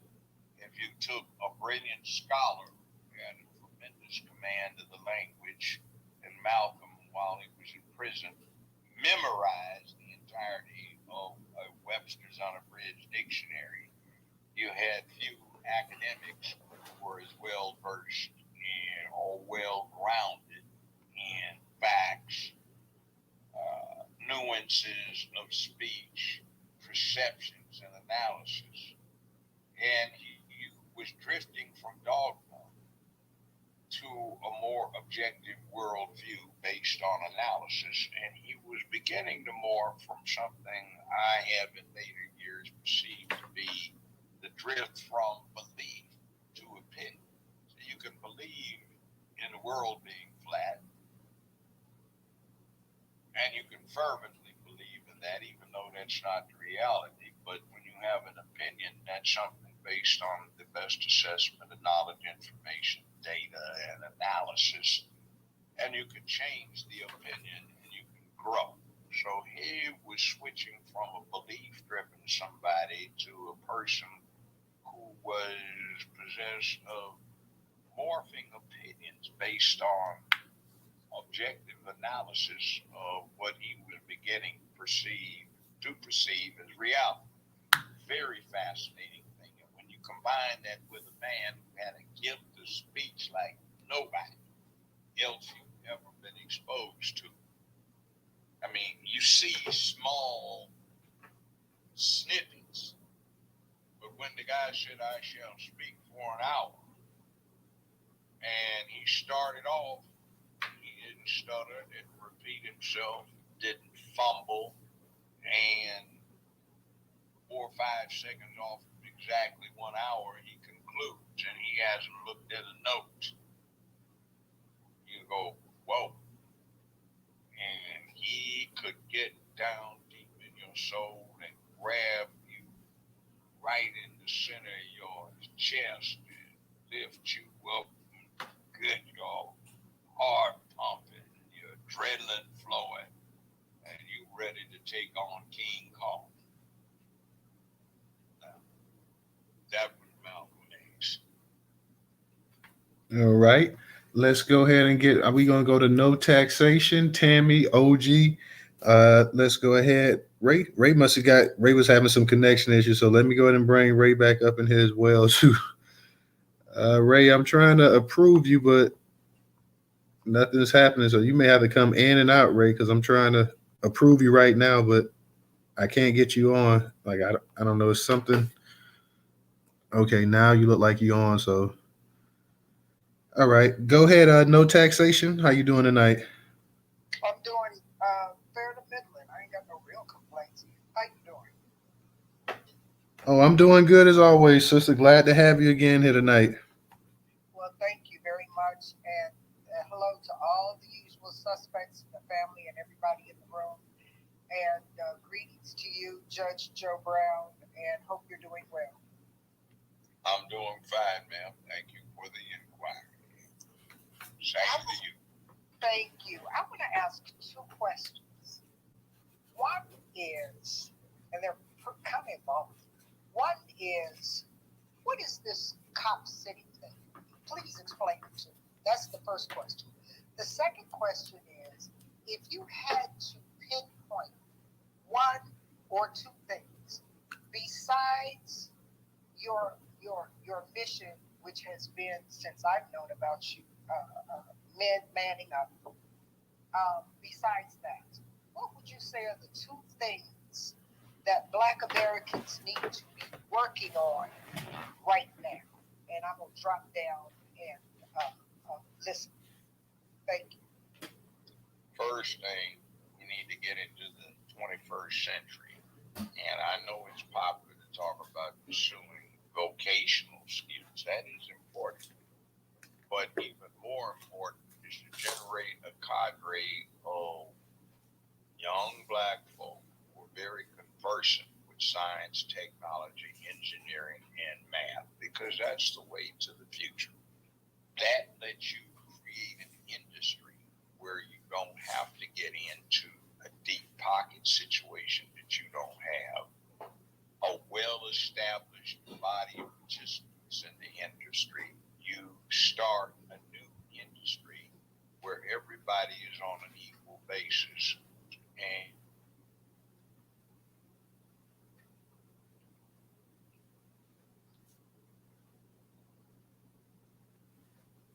Alrighty. but see, that's how we have to get in. Next thing is we're going to have to be more ruthless. And we're going to have to stop buying into the garbage that's put out, because there are people with a vested interest in destroying the fabric of humanity. And we just happen to have folk hate themselves. See, we got taught in the late 60s to love ourselves. I'm black and I'm proud. We called ourselves black. Why did we pick black? Because it wasn't trying to put any hairs on it. Let's just say we call them white ours. We're black, so this is the way we're going to play it. We can do it ourselves. We'll be prepared to do it. We'll stand up and fight for it, literally. We don't do that now. We were trying to fight to have representation so we can do it by book. But what we got in there seems to have abandoned us, become traitors to the cause, become surrogates for something else. So the Black Caucus is really a manifestation of somebody using what we did to be parasite. We have to reinstate a lack of tolerance for that. We have to say, somewhere in here, we're going to have to take responsibility for our own actions and not tolerate deviance from those responsibilities. Somewhere in here, we're going to have to say, nobody on this planet has ever gotten anywhere when they disregarded the nuclear family. So anybody standing against that has to be suppressed. It has to be put by the wayside, and that needs to be countered. We have to start making our voices heard amongst ourselves and stop looking at the ground and saying, I don't agree with that, but I'm not going to rock the boat. I'm not going to say anything. You have to speak out. You have to stop supporting people just because they don't make you feel uncomfortable. They make you got to stop this where you go against somebody who's making you feel uncomfortable when they may be telling you a truth that you need to hear. You got to grow up. Because when you grow up, you are responsible for everything you do. Nobody is going to suffer but you for you doing wrong. You're not a child where mommy comes in and makes it okay. You have to do the hard thing. Now, that's not answering all of your questions, because some of them you have to answer for yourself, but you have to be inspired to look into. And I will say one more point. We get nowhere if we don't learn the rules of this game we're in. Read the rule books and find out how to play the game. It's like the NBA. The National Basketball Association used to be one of the most racist institutions in America. Now, when you think about NBA, you think about black basketball players: LeBron, Shaq, Kobe, Magic, Michael Jordan, you name it, Kareem, you name it.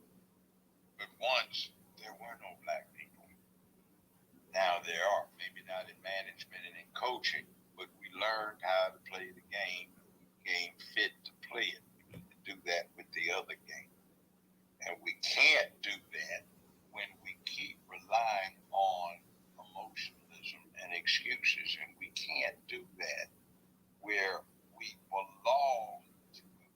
political party that no matter what they fail to do for us, will always get our vote. On the other hand, we cannot neglect an opposition party to the point where no matter what they might be inclined to do for us, they're not going to get our vote. So what you do is you leave both parties with absolutely no incentive to deliver anything to you. One's going to get your vote either way, and the other one won't get your vote either way. So we have to learn to do what others have done, and we have to learn something else too. Truth has no face, but truth itself does not have color attached to it, does not have ethnicity attached to it. The military engages in expensive and dangerous espionage to find out what the other side is thinking. And every side will steal or adopt or pirate something that's good for the other side. So we have to learn that too.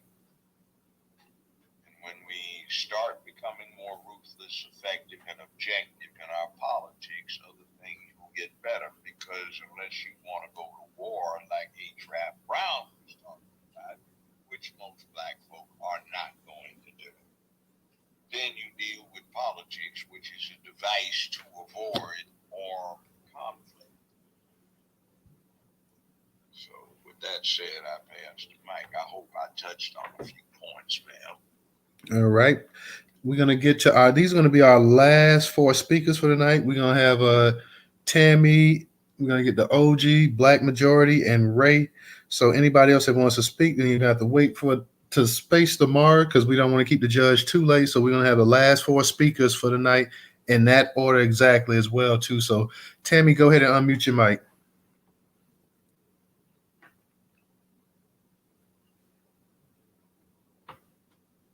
Tammy, you there? Hey, Tammy. Disruptive, are you there? Sorry, I dozed off. I'm sorry. You dozed off. No, Oh, Lord. Hi, everybody. Thanks, Newstoter. Hi, Judge. Appreciate you spending time in the space. How are you? I am good. And, why do you think that Black people still believe the narratives that come out of the government, that comes out of the white community, that comes out of the people of power? Because Black Panther Party, I think people leave off that forced self-defense, and they don't get that we weren't trying to fight. We were trying to defend our people. We were trying to keep them safe from the same thing that we fight today, police brutality. I mean, we came and we were doing lunch program, breakfast program. They poisoned them. I mean, why can't they see that we are not violent people? That's not our lineage. What's wrong with being violent? I didn't say anything was wrong with it, but we're not inherently violent. Maybe that's our problem. That may be. I don't disagree. You see, okay, if you look at coins and other stuff, you will see stuff like swords on them. You will see warlike imagery. You have knight in shining armor. You have the gunslinger in the wild, wild west. You get saved by the cavalry. You see, you have the manly art of self-defense. You have cold duello. You have sword fighting. You have all of these things that are worshipped by everybody in the world except us. And we want to pray. I don't disagree. Now, maybe that's it. I talked to somebody years ago, and it was a profound observation. He said they named places and trains after Native Americans. They named Martin Luther King Boulevard and Booker T. Washington High School after Black folk. Why do you think that is? Why do you Black people have so little named after you? And when you do get something named after you, it tends to be a negative. And he said, you don't fight. People fight with us and for us, but you've never fought against us.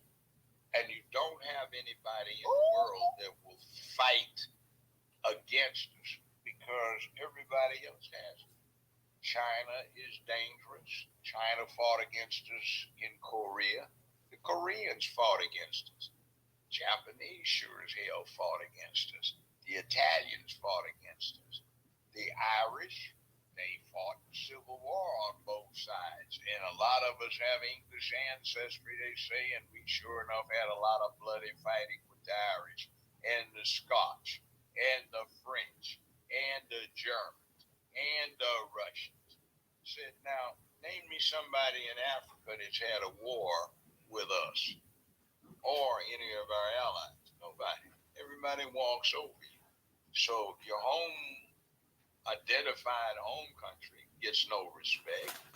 You won't fight, so give them respect. So why should anybody respect you? We just walk all over you, and then you get unruly like a pack of dogs, go off and kill each other and fight amongst each other, and you won't do anything about it. So why should you get any respect? Well, we have fought. Who? Where? Tennessee. There was the Columbia fight. I mean, they've not been wars. No, war. Drag out. It's like I'm Choctaw. My grandmother was Choctaw. She used to get the rest of the family, point a finger and say, you colored people, you get mad at white people all the time. When we got mad, we'd go take a scalp and nail it to the lodgepole, and then we'd feel okay. You can't, because you don't know how, and it isn't in you, most of you. Now, and she said, I married my grandfather. My grandfather was a physician, but one of his brothers, an uncle of mine, got lynched, so he and another uncle found the two deputy sheriffs and murdered them.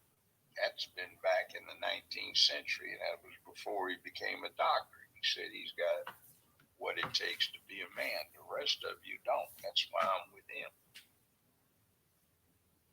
So maybe that's telling. When are we going to fight? Or are we willing to fight? Not saying we'd have to now. That might be disruptive of public peace, dignity, and order, and I am a retired judge. I'm supposed to promote that. But we don't even act like it. We don't stand up for ourselves. We're always asking somebody for something. We're never saying this is ours. We even elect officials, but our elected officials think so little of their constituents that they say, screw you. We don't have to give you a damn thing. We've been holding an enormous number of seats in Congress, enough to do whatever we wanted in terms of influence and legislation. But you look back over the last 30, 50, 40 years, 25 years, what have we done for you? Nothing, because you suckers. You just put us in because you think skin's skin, but it's not. All right. Well, not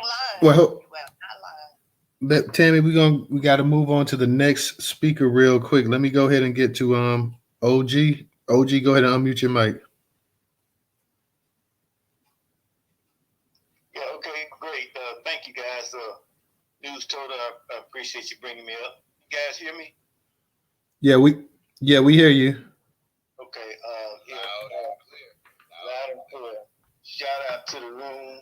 Peace and power to the room, everybody. Welcome, Judge Joe Brown. Appreciate you coming up. I have maybe a couple quick questions because it's an ongoing discussion.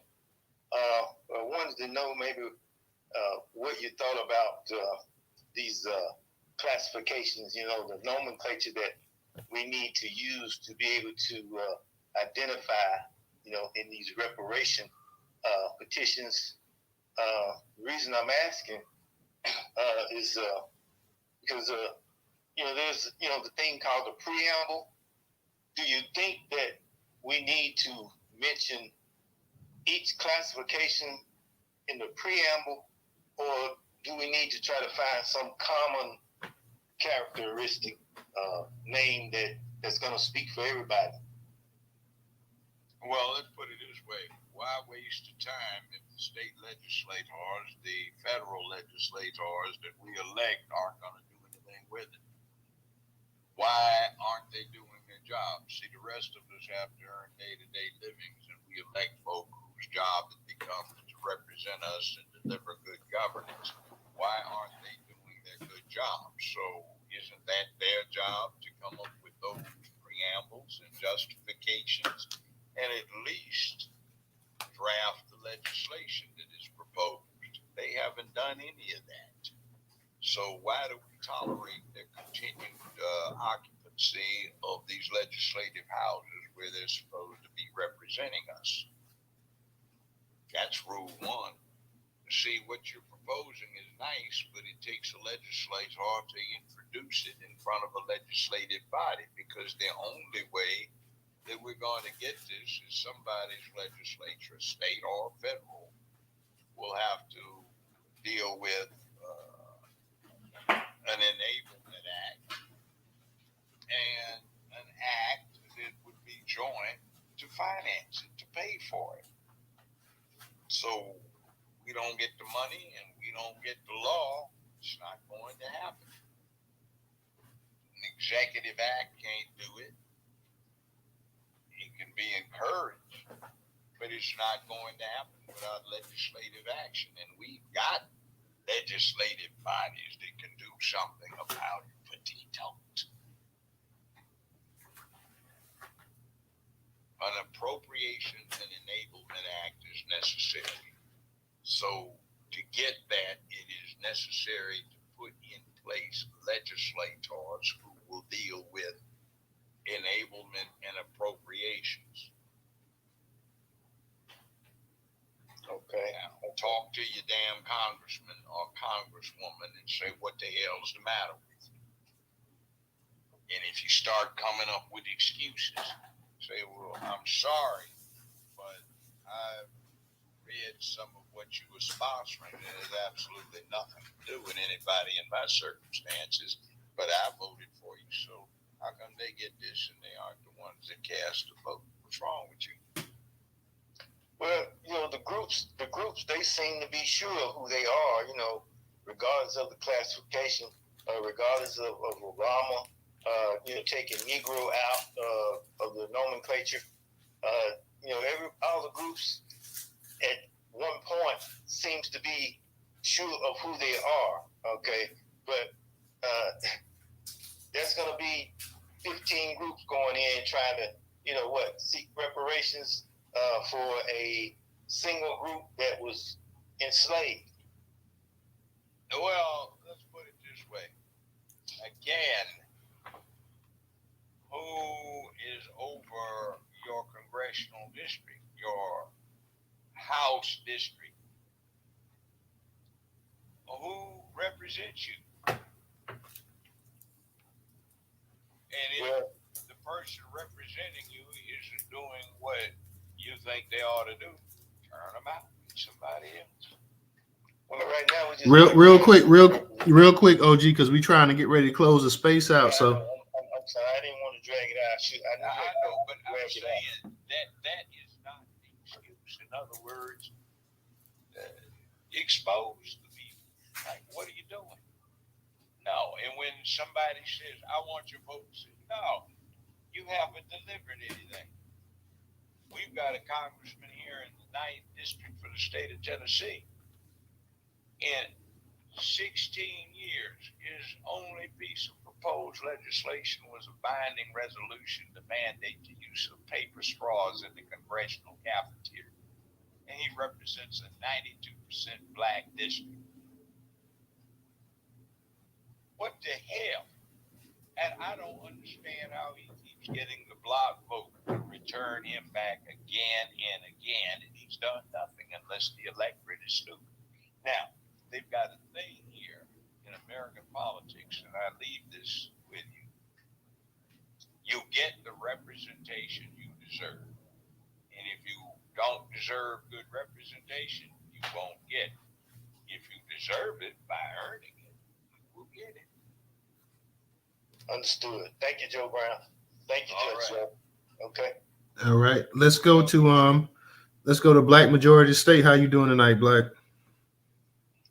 Hey, shout out Newstoter, man. Thanks for allowing me to speak. Hello, Judge Joe Brown. I got a question. It kind of is in the same realm, I guess, but it's in reference to Malcolm X and the 60s, the marches and everything like that. So my question is, how effective or ineffective has marching and protesting been in the last 45 years or so after the Civil Rights Movement? And what would be an effective action for the grassroots to take, moving forward, instead of marching and protesting? Well, let me say this. In my opinion, what gains you got were not from the civil rights movement. They were because people delivered physical consequence to failing to accommodate what they wanted. There was massive social unrest, and when they talk about massive social unrest, they weren't talking about 180 people January 6th. They're talking about 18,000 people out somewhere, 28,000 people out somewhere. Nobody being able to do anything because the whole damn town was in danger of burning down. Now, I'm not advocating that kind of social disorder, but that's what was going on. I mean, we didn't march. That was passe. That was in the early part of the 60s, not past the mid-60s. Didn't anybody march? Folk had anti-war marches. They had some protests, but folk did other things. I won't get into it. But researching, there are things that deliver consequence. In other words, I'm not being nice about this anymore. We're talking about safety in the community. Deacons for Defense and Justice in Louds County came up with that Black Panther image. And they were armed in ensuring that there was peaceability in the neighborhood. The violations of public peace, dignity, and order were not just held down when there were police committing them. They were held down when community members engaged in them. And it's not going out and shooting police. No, you just can't do that. That's not what they did. It's we are defending people. And if you put others in a position of their lives are jeopardized, then, self-defense also in most states embraces defense of third parties. And by the way, that's the essence of community policing when that is considered. You can't go kill cops because you don't like them. That's wrong. Because oftentimes they're protecting you, and some of them are very dedicated to that proposition. A lot of them are not. But you make the profession, the occupation very unattractive. Not you, but we do. And we show no respect. And the other thing is you got a brother and another brother out there, they committed an armed robbery, shot two people, and they're running away, and somebody in blue puts them on the ground or puts one of them on the ground. Are we irate about the fact that somebody held up, shot some other people, maybe killed somebody that's just somebody out in the wrong place? No, we're irate complaining about he didn't have to shoot him. He could have killed him. He could have shot him in the leg and all this other stuff. See, it's a matter of approach. It's a matter of looking at yourself as a victim rather than as somebody who is prepared to deal with adversity. Now, some of us take great pride in the connection with the African continent, in which they have 54 sovereign nations, and nobody can identify for the most part which one they're talking about. But in certain areas, lions are kept in check because the people keep them in check, and 13-year-old boys with a wooden spear without an iron tip have to kill Simba Simba is the name of the adversity. It's a 450 to 500 pound animal that is a very accomplished carnivore. So if you can conquer that kind of adversity, think about what you can do against adversity that doesn't beat you. And we need to develop an appetite for addressing adversity instead of running from it. I pass the mic. All righty. Thank you, Black, for coming up. We're going to go ahead and get to Ray, and then we're going to get ready to close the space out for the night because we don't want to keep the judge too late. Go ahead, Ray. Very simple question. So recently it's come to light that Carolyn Bryant has a warrant for her arrest. And I'm just wondering, because obviously there is no statute of limitation for murder, how is it possible that she has not been arrested? Interesting question. The district attorney that would have jurisdiction on that is a black man. He has chosen not to proceed against the woman, as he might. In any event, there's a grand jury, and the grand jury is taking no action. The grand jury, which is composed of or secured from a mostly black jury pool, could, in Mississippi, engage in what they call a matter of presentment, which is the grand jury foreman subpoenas witnesses to come forth and testify before the grand jury without the district attorney there. And if they found something that established probable cause to believe. Real quick, Judge. OG, you're going to have to mute your mic, bro. Go ahead, Judge. My bad. Okay. The grand jury, independently of the district attorney, who is a black man, could say, well, we find probable cause to believe that the following crime was committed, therefore we return or present.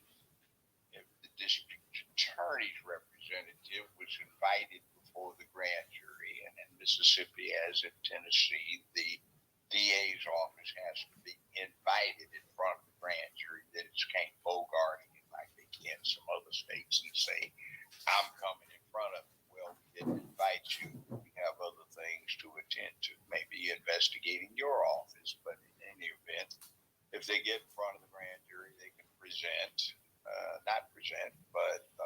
urge upon the grand jury that they return a true bill of indictment, which would require either the presentment or an indictment that somebody answer to the offense. So apparently the powers that be, the representatives of the people in Mississippi, have chosen not to proceed against this woman. Now, they went against Bill Cosby, who was as old as this woman is and blind. And they ran roughshod over the rights of citizens. Fifth Amendment in particular, which is typical for these days. And they put him in prison. I don't see why they don't go after her. And by the way, doesn't equality dictate that you disregard the gender of the individual? So it's interesting. That's a good question. But the DA's black. Most of the grand jurors are black. The county does not lack for black influence therein. And even when you get into what actually happened to Emmett Till, you might want to sometimes invite in Dr. Clenora Hudson Weems, who was identified to me 30 years ago by Emmett Till's now late mother as the family biographer. Her research, lengthy research going back almost 40 years, dictates that it was some black people that helped finger Emmett Till and bring him in, and some of the motives are very much different than you see in these two movies that essentially plagiarize a lot of Dr. Weems' work on the subject. But it is what it is. So there is a lot out there. Want to pay attention to it and not be lazy and just get what's spoon fed to us. But I don't see why she's not prosecuted either. All right. On that note, Judge, we appreciate you coming in tonight. Like I said, we weren't going to keep you too long. I know you was a little bit late getting in here. You said you had some problems with the actual power in your area, so I can understand that. Yes, sir. And I just want to thank you for once again coming in and taking time to actually talk to us and share your thoughts and your expertise. And as always, we're glad to have you up in the space. And we definitely wish you the best of luck in your pursuit of becoming the next mayor of Memphis also. And we'll try to support you as much as we can. So thank you, Judge Joe. We won't hold you up any later. Just one last commercial. It's what you've heard me do. That's why I have come out of retirement and assumed the mantle of obligation here. So that this kind of thing gets brought to the forefront and it makes Memphis a mecca for this country, for everybody. It ought to be the Detroit of the 21st century, and it's time that we got people in who weren't trying to look like the Black Caucus does, where vote us in because we're trendy, but we aren't going to deliver you anything. I'm going to deliver. So JJB in 2023.com. Go there and you can say why you should send Brown downtown and take back your town and make it your town if you want to come in. Now, we're not going to be a sanctuary city under my administration leadership, but we welcome people who might want to come in and be part of the future. So JJB in 2023 for mayor of Memphis, Tennessee. Make it your town. If you live there, take back your town. All right, Judge. Thank you. Thank you, Dana, also for coming in and holding it down with us until the judge actually got up into the actual space as well, too. So thank you to both of you guys for coming out. Dana, you hung out with us last night as well, too, in that Twitter space. So as always, glad to have you up in here as well, too. So you guys make sure you subscribe to Dana's YouTube channel as well, too. Go ahead and subscribe to her YouTube channel. Go ahead and subscribe to the Newstoter YouTube channel and newsletter as well, too. So on that, we'll be back tomorrow night, 8 p.m. Eastern Standard Time. Thank you to everybody, to the co-hosts, the speakers. Thank you to our special guest and co-host tonight, Judge Joe Brown, as well, too. So we'll see you guys tomorrow, and you guys have a good night.